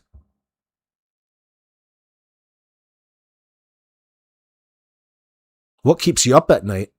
Probably the cocaine and the fucking booze. What do you think usually keeps you up at night? She says it's just not being able to tuck them in at night and give them a hug and kiss and read them a story. Sleep beside them. I miss them a lot. I look at their pictures on my fridge and all over my walls, and I break down in tears because I miss them so much and they need to come home. They're not coming home. Wherever that may be. They're not coming back. You're still going to have to answer questions, honey.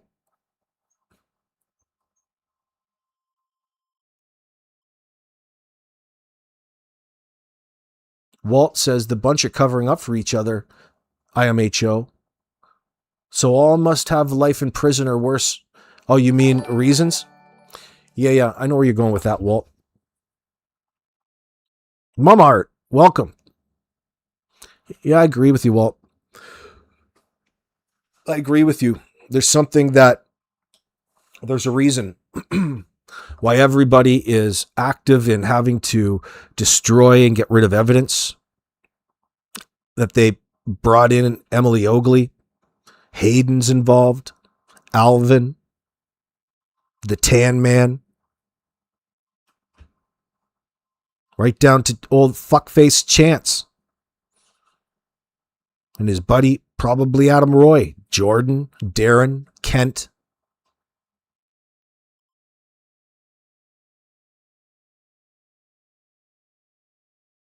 The bus driver, his brother.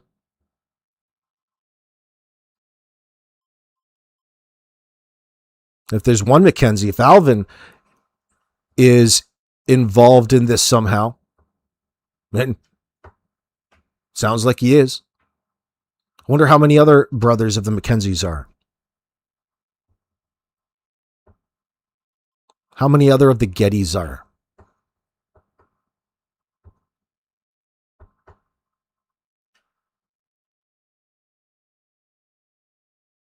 See, the thing is with all of these freaks, they can all get money off of it because they can all take their own content and upload it, no different than videos. They can all have their own channels of CP and offsites to generate some income with it.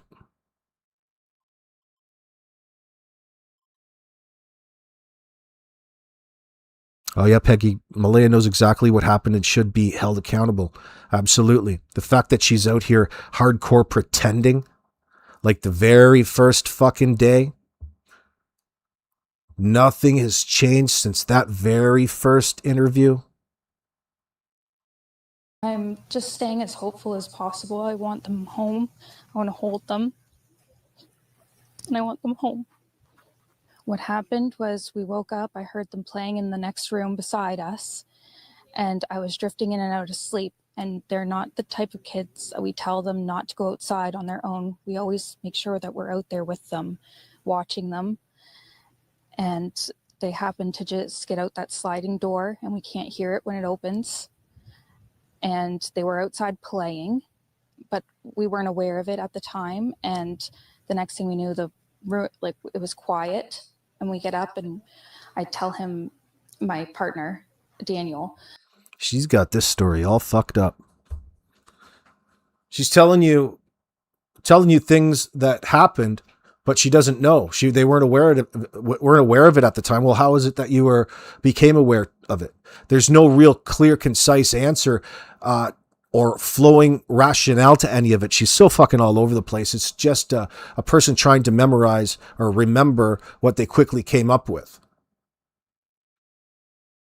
So, in my mind, whatever it was that took Jack and Lily's life was probably unplanned to not premeditated, but unplanned is a better way to put it. The potential of it being unplanned was a lot higher, especially considering the risk factor of what we are now believing about the potential with Daniel and Malaya shopping them around to different houses already set up for money in exchange for drugs or cash. Exploiting them financially by exploiting them sexually, exposing them to that.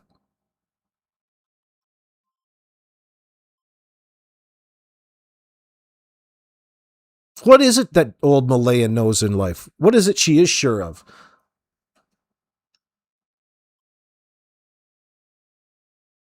Little Miss Sober says the duplicate toys are fucked. She wants to be a counselor, yet inflict memory items on the kids of abuse when they come home.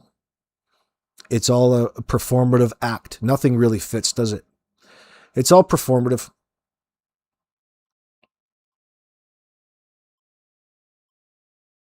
It's a real insult.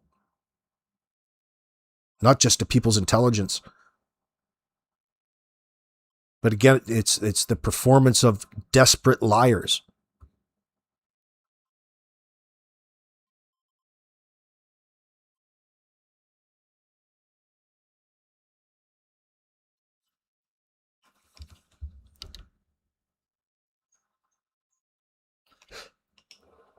What it comes down to, Lynn, when you listen past her stupid words about trying to find what exactly happened, you have to rely on yourself filling in the blanks to get some sort of story, which is exactly what they're hoping for. Listen, there's no fucking answers. They don't have an answer. You don't know what happened. But what you do know is that it's all Jack and Lily's fault.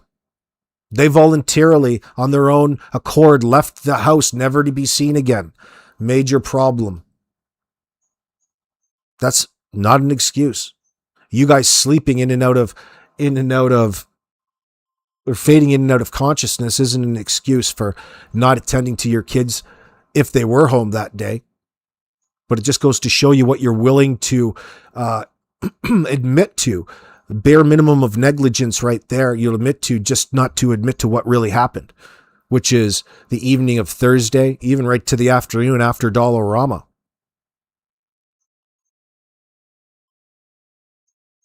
Why were the kids being trucked around regardless? Why didn't they have something to keep them occupied? Why did they have to be toted around by you fucking idiots for those 3 days? That's all that really they were doing. But was there more to that? Of course, there's a lot more to that. We're just basing it off the few stops that you made. What was really going on in your lives? You guys don't really want to talk about that. It's private. But we know it has something to do with sexual assault, forcible confinement and assault. Were these typical days over at that house? I would have to think so.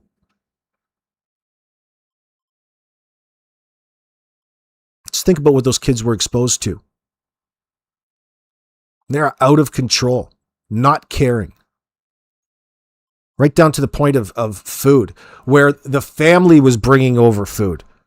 The school was sending food home. It'll probably be related to Jack and Lily complaining that there's never anything to eat. They're hungry all of the time.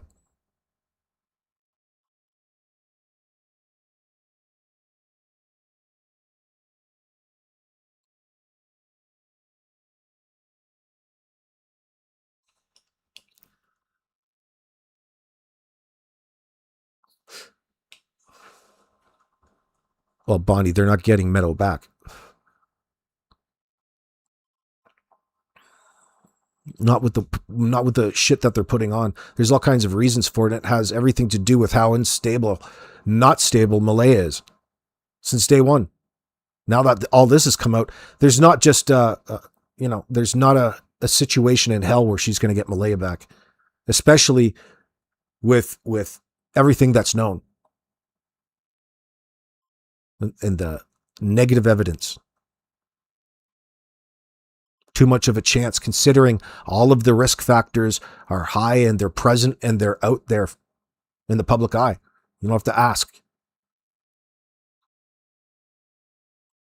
It's like everything. That 18 months, if it is true, Bonnie will just run out and they'll do it through the courts.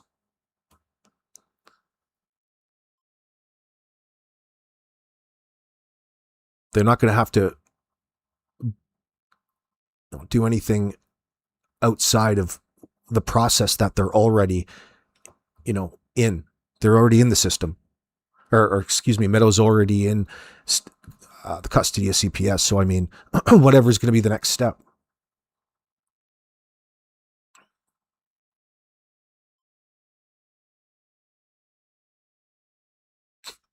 Because she's a fucking lying grifter, man.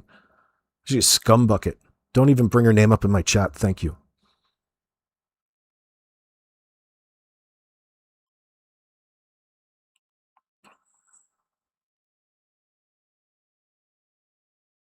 Well, show that beautiful bean footage of the Dollarama of the children alive and well, and I'll feel better somewhat. Well, they're not going to do that because they're relying on public tips.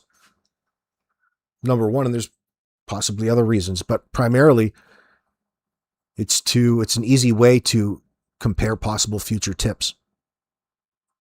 You can take their word for it. That should be good enough. I want to see it too. I want to see a screenshot at least.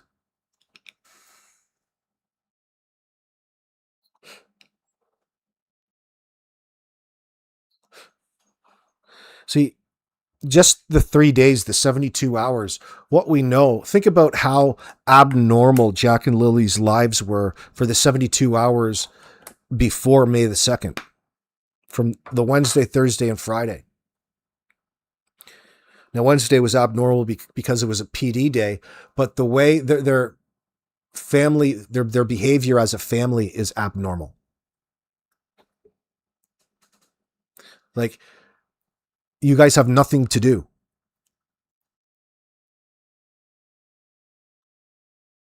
There's no fucking sense of always using Patty if you don't have a reason to be over there.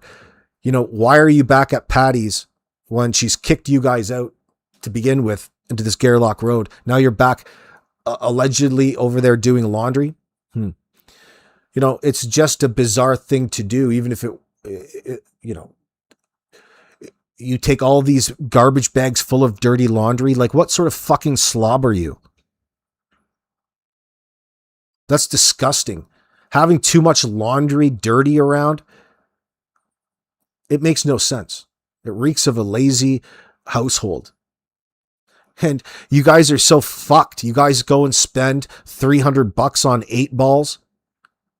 God knows how much you spend on drugs, but you won't go and spend $60-$70 on a washing machine from Kijiji. Make your home life that much easier and the kids' lives that much easier. The kids you didn't fucking worry about the children whatsoever. To the point where it's a real problem. They were hungry. They were going to school in clothes that were inappropriate. They were dirty. Makes no fucking sense, but it tells us about the home life. Why were you like that, Malaya?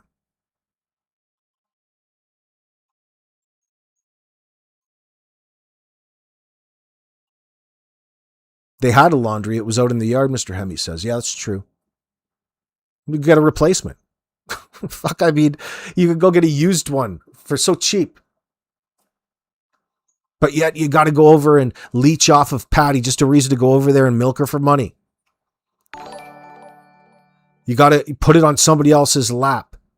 It's just so immature and not showing anybody that you guys are going to stand on your own or you're even getting together. It's more like you wanted to go over to Patty's to get away from the other person, and the other person won't let you create that distance. It's more like you were two fucking criminals traveling the road, shopping your children around. Children don't need to be in a backseat traveling to all of these places for no particular reason. That's a one-person job. Pinky, thank you very much, darling.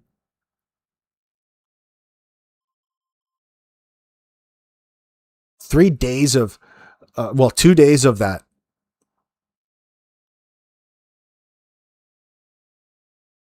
You're just hanging out in the car, doing nothing with the kids. Just so fucking bizarre, dude. No mention of any supper, breakfast, lunch, snacks. Just stopping at a drive-thru for coffee. And you can't remember if you got one of the kids a bagel or not. That's how little it's on your mind.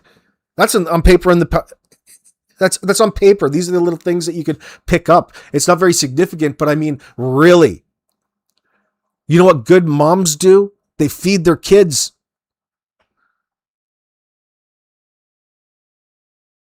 Cook for their kids.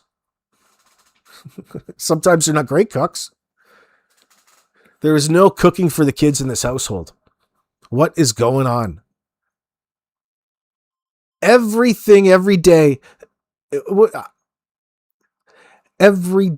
center around food time, what you're going to eat. It's what you remember the most, the things that bonds you together.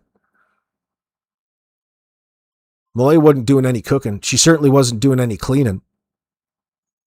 What the fuck is going on in that mind of yours, girl?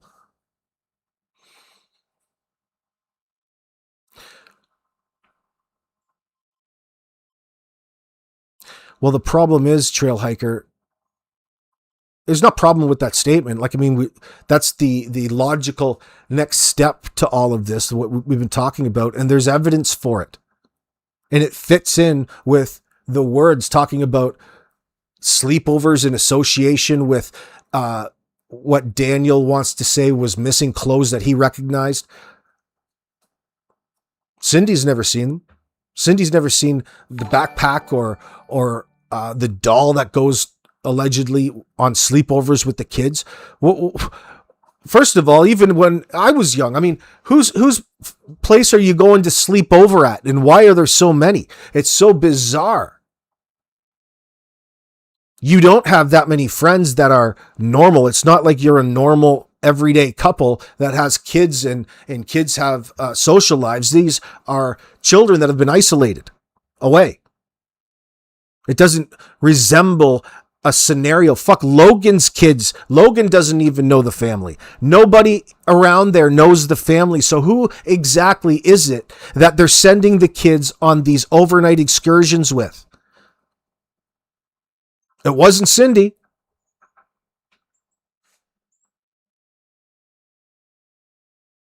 These are the indicators, Trail Hiker.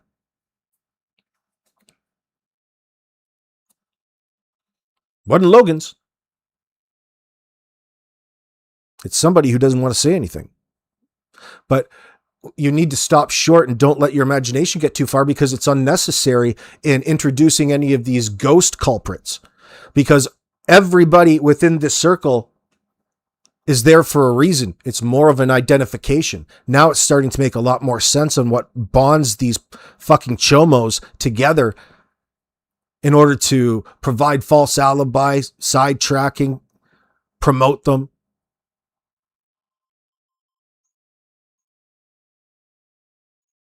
Normal people call this fucking behavior out, even within their own family.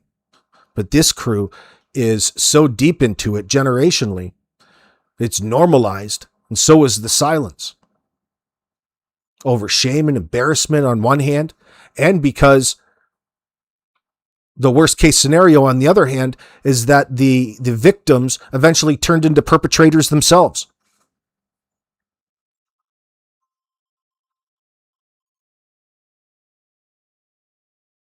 Tie that in to all of the fucking evidence that's dumped. Nothing's right in the lives. This live on Gairloch Road of Jack and Lily with Malaya and Daniel. What do you think they did on the daily? I'd have to agree with Anita on their little excursions and what was really taking up their time. And it's more and more looking like CSAM and things like that.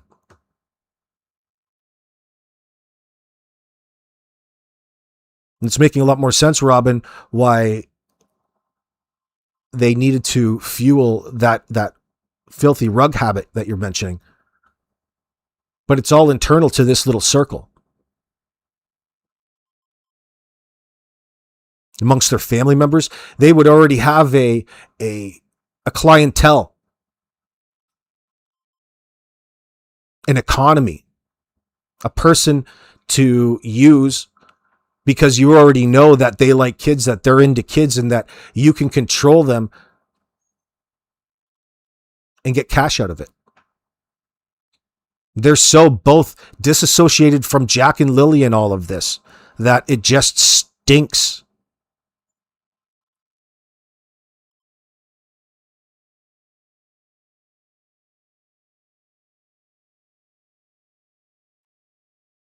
Bonnie, generational AB and neglect normalized. Absolutely right. It's also a cultural expectation that you don't tell family secrets. Right. Exactly. So the perpetrators in this would all signal that all of the people who should be speaking out, especially when you hear their side conversations talking how they talk negatively about Daniel and life over there on Gairloch Road and the fact that there's major problems and they still don't want to talk out, tells you exactly what you mentioned.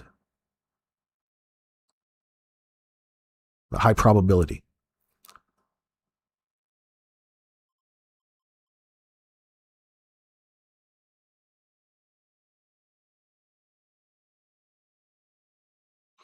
It's not like that, Coop. You don't go, it's not like that.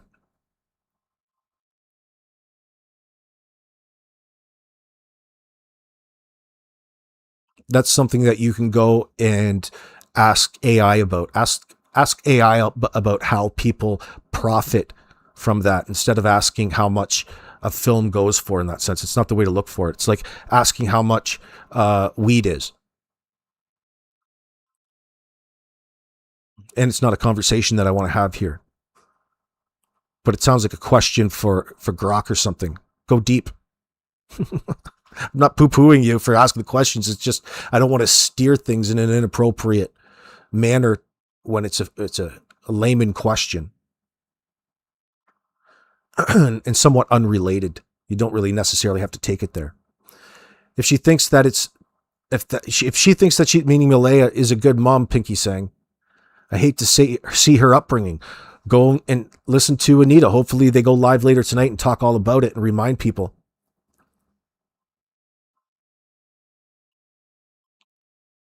She's desensitized to it.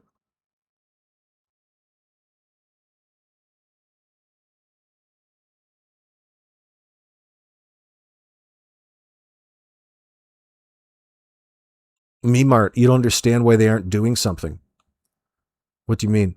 They are doing something. It's just you not understanding the process. Sorry to tell you. But go back and listen to all of our content up to this point, because we explain and talk about it throughout.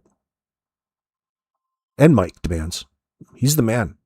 AB, this is what I meant earlier. There's a culture of exploitation on a bunch of levels. Yeah. Yeah, Michelle, I'd agree with that.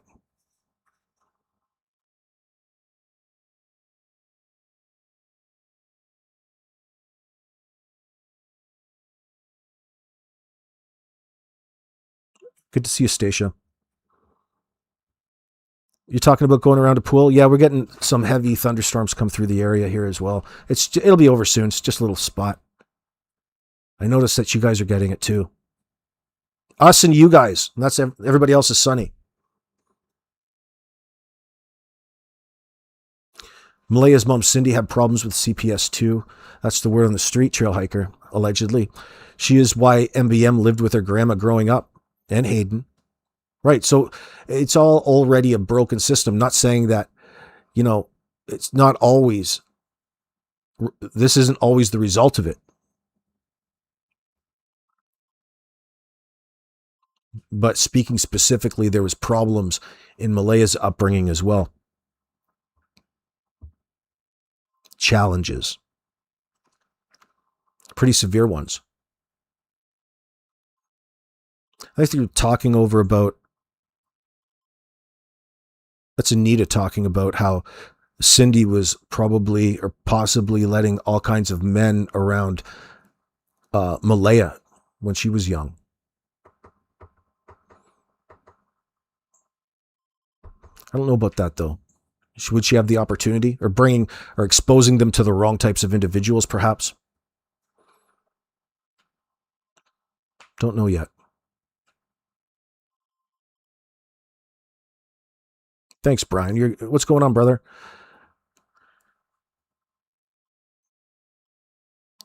Humans can be rented over and over, but rugs, etc. cannot.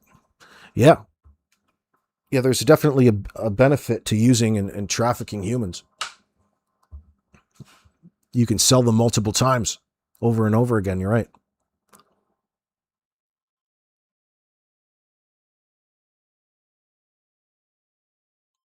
Robin saying, even a shitty mom like Cindy can be a nurse. I would not let her near me.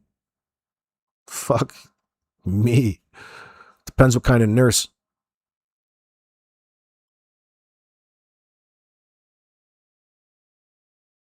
Yeah, I've lost respect for Cindy in that sense. Even though I can understand wanting to distance yourself and put your head in the sand. But it's more than that with Cindy. The more you get to learn about it, and, of course, I'm just getting information, but I enjoy it coming from Anita because she has a personal connection and knows her. I'm not saying that everything that she comes up with and speculates about is naturally true, but it gets your mind in the right areas. It's definitely a concern.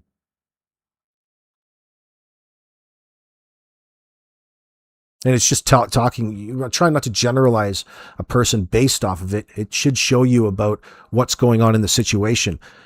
You don't have to necessarily rest your hat or want to go and judge the individual.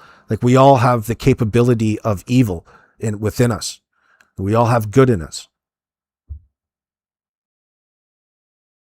But here we're observing constantly the actions of desperate people, regardless.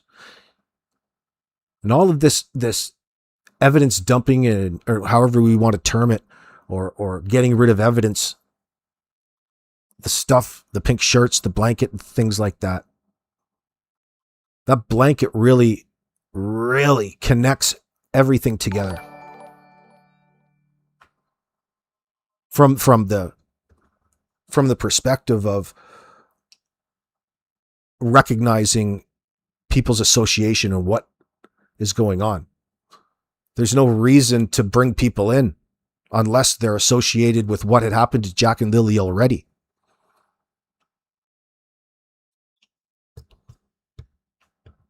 Mama, thank you very much for the super chat, darling.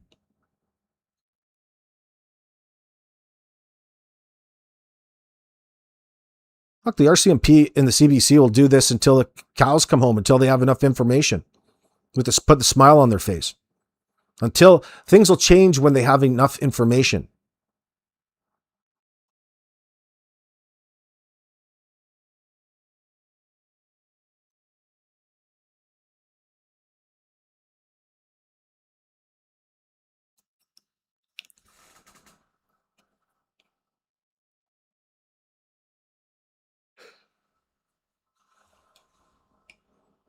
There are a lot of nurses that are POSs.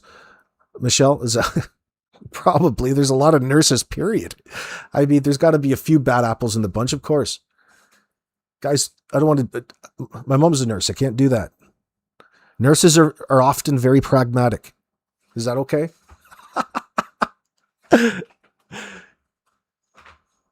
I don't like to, listen, Cindy probably isn't a bad person.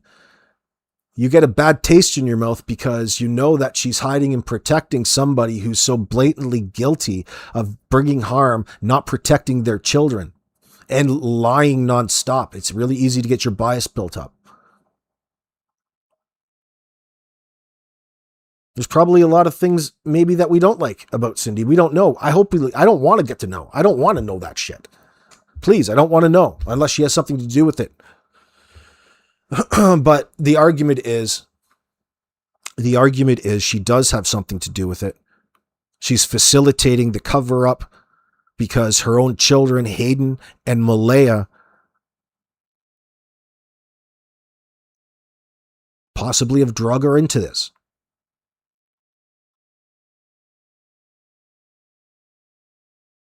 Now, she's been made an accessory after the fact.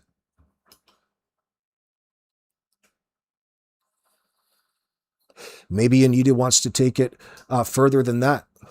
But there's also questions coming up. They haven't delved too much into it about the coat on the washing machine at Cindy's house that had stuff in the pockets from Daniel's.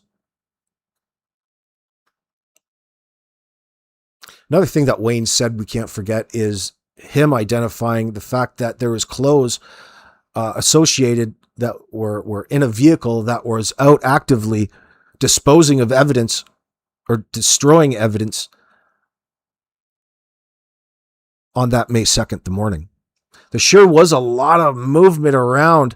It tells me that perhaps you guys were have something a little bit more, that maybe Malaya calling the RCMP at 10 o'clock happened earlier than what was thought by others, what was agreed upon. I mean, it would have had to have been, but again, we're going to have to tip our caps to Malaya, because if she hadn't called at exactly that time, our man Brandon Lemieux wouldn't have been down there to recognize and be a key eyewitness into criminal activity immediately after cops really showed up at 10:20. People who made a statement to police that omitted all of the information at 10:48 that Brandon was witness to, and was also witness to the planting of the blanket and the finding of it by Haley in the afternoon. Perfect.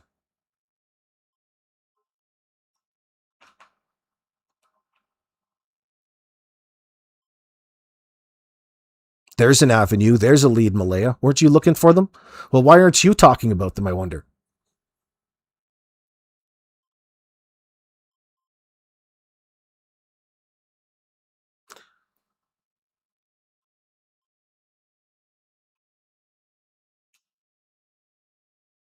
Mayflower, you thinking Cindy's got a few closets full of skeletons?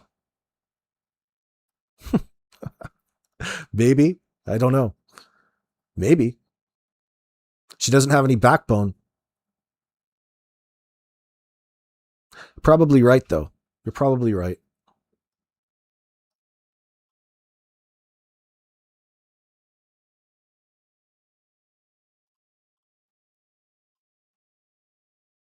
River Rat, you wanted to be a nurse? Well, there's going to be a position opening up where Cindy's working, I heard.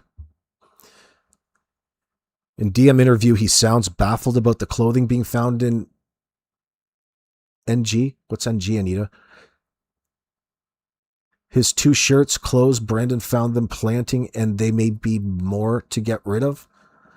Maybe he had more to get rid of. Well, Anita, here. I'll pull up the map.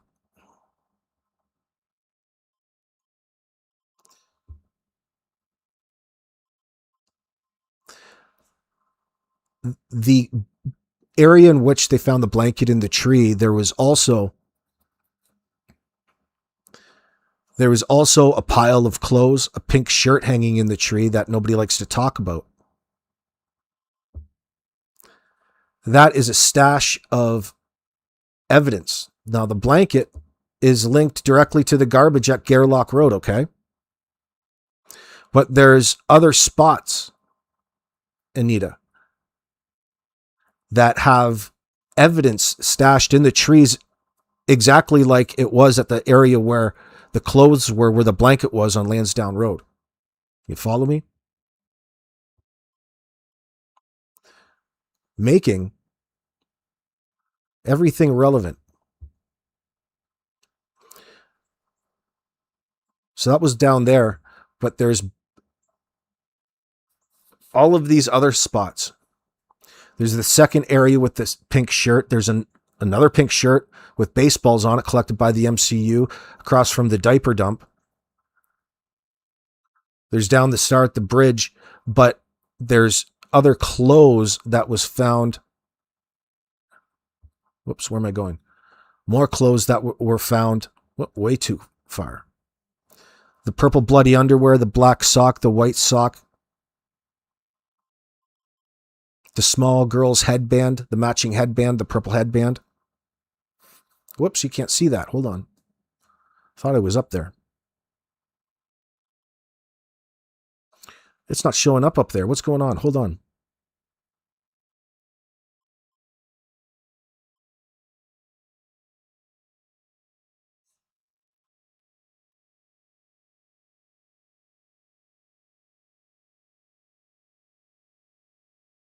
Oh, well. Guess we're not looking at the map for a second. I don't know why that won't show up. I'll have to fix it in the background.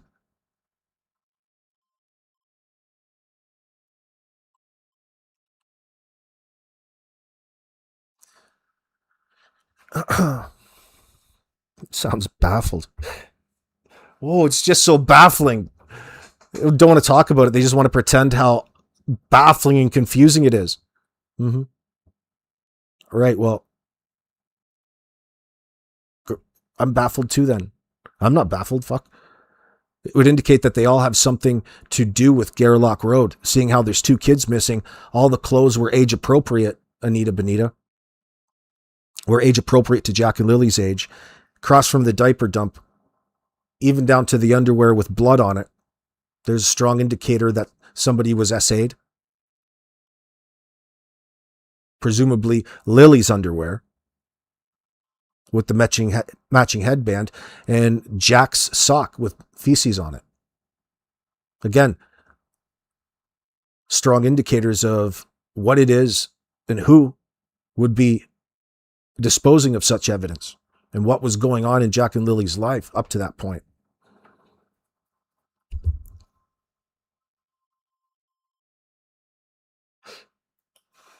I don't know what you mean because I don't watch, Robin.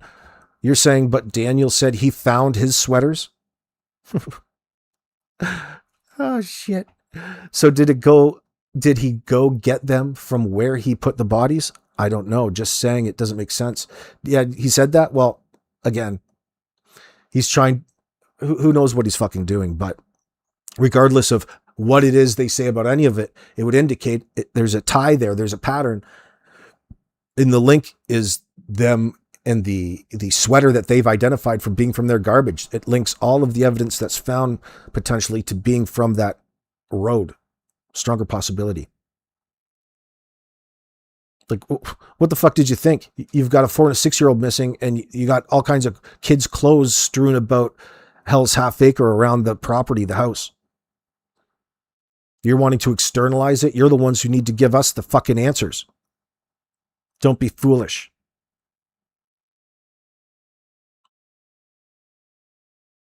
Yeah, it must have been somebody just walked in and stole the kids. Now they're taking care of them, according to Malaya. Now they're keeping them safe and they're caring for them. And they'll be returned home someday. Talk about being delusional on purpose and dissociating yourself from reality in the case, especially Jack and Lily's reality and the ability to acknowledge and recognize harm. Even describe yourself as unfit in that interview, that CBC interview.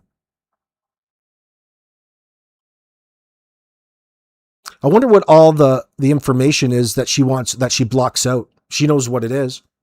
She can't talk about it because of the trauma, though. Like it's some sort of non-disclosure agreement. You don't even describe it properly, dummy. Although I'm not doubting that there's trauma involved in whatever happened to Jack and Lily that she was witness to.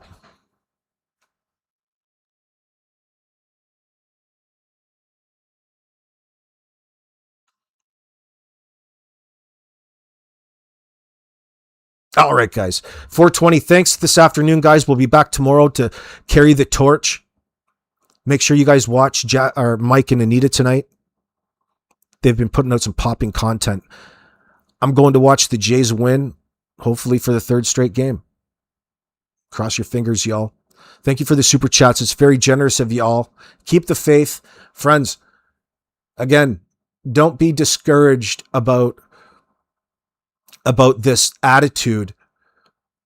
For example, that dude came into my chat earlier with asking if this was all true, then why haven't they done anything yet? When people want to selectively ignore or not look at the reasons why they're in here for a reason, that gets a bit of a giveaway. It's such a stupid question at this point, considering we know exactly what the RCMP have to work with. They're not keeping that too much of a secret.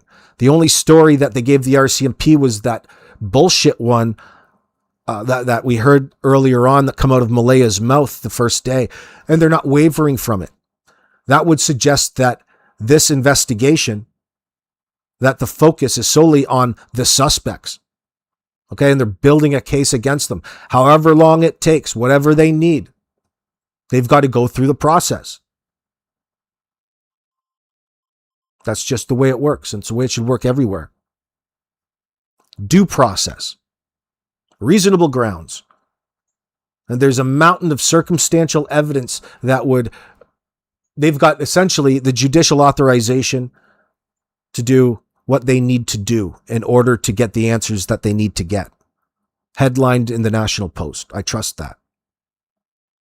We can trust that the RCMP aren't being fooled by these fucking idiots. They want you to believe that. They want you to lose faith in the system. But it's impossible. It's impossible. But to the RCMP and the way they treat it, it's an advantage to the RCMP to even have Malaya out here doing an interview grifting, because it shows the investigators really what's up. Just like the behavior of Jack and Lily tell us about what's up in their lives. What's going on?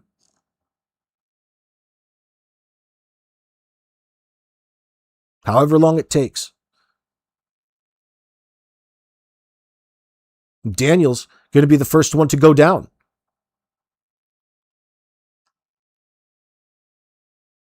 I wonder what else is going to be coming out. I wonder what's next.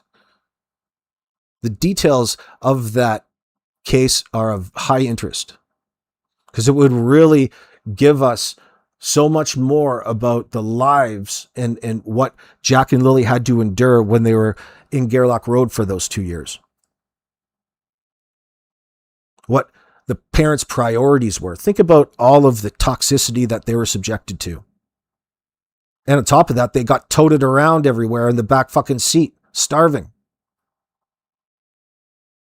Kids never stop eating. Everything's always revolving around food or drinks of some sort. And here they want to describe the kids to the world as they would go with anybody. They would talk your ear off. Well, it does sound like an indicator of an issue that was going on. It was a real inconvenience to their lifestyle that Lily and Jack were speaking out to their teachers.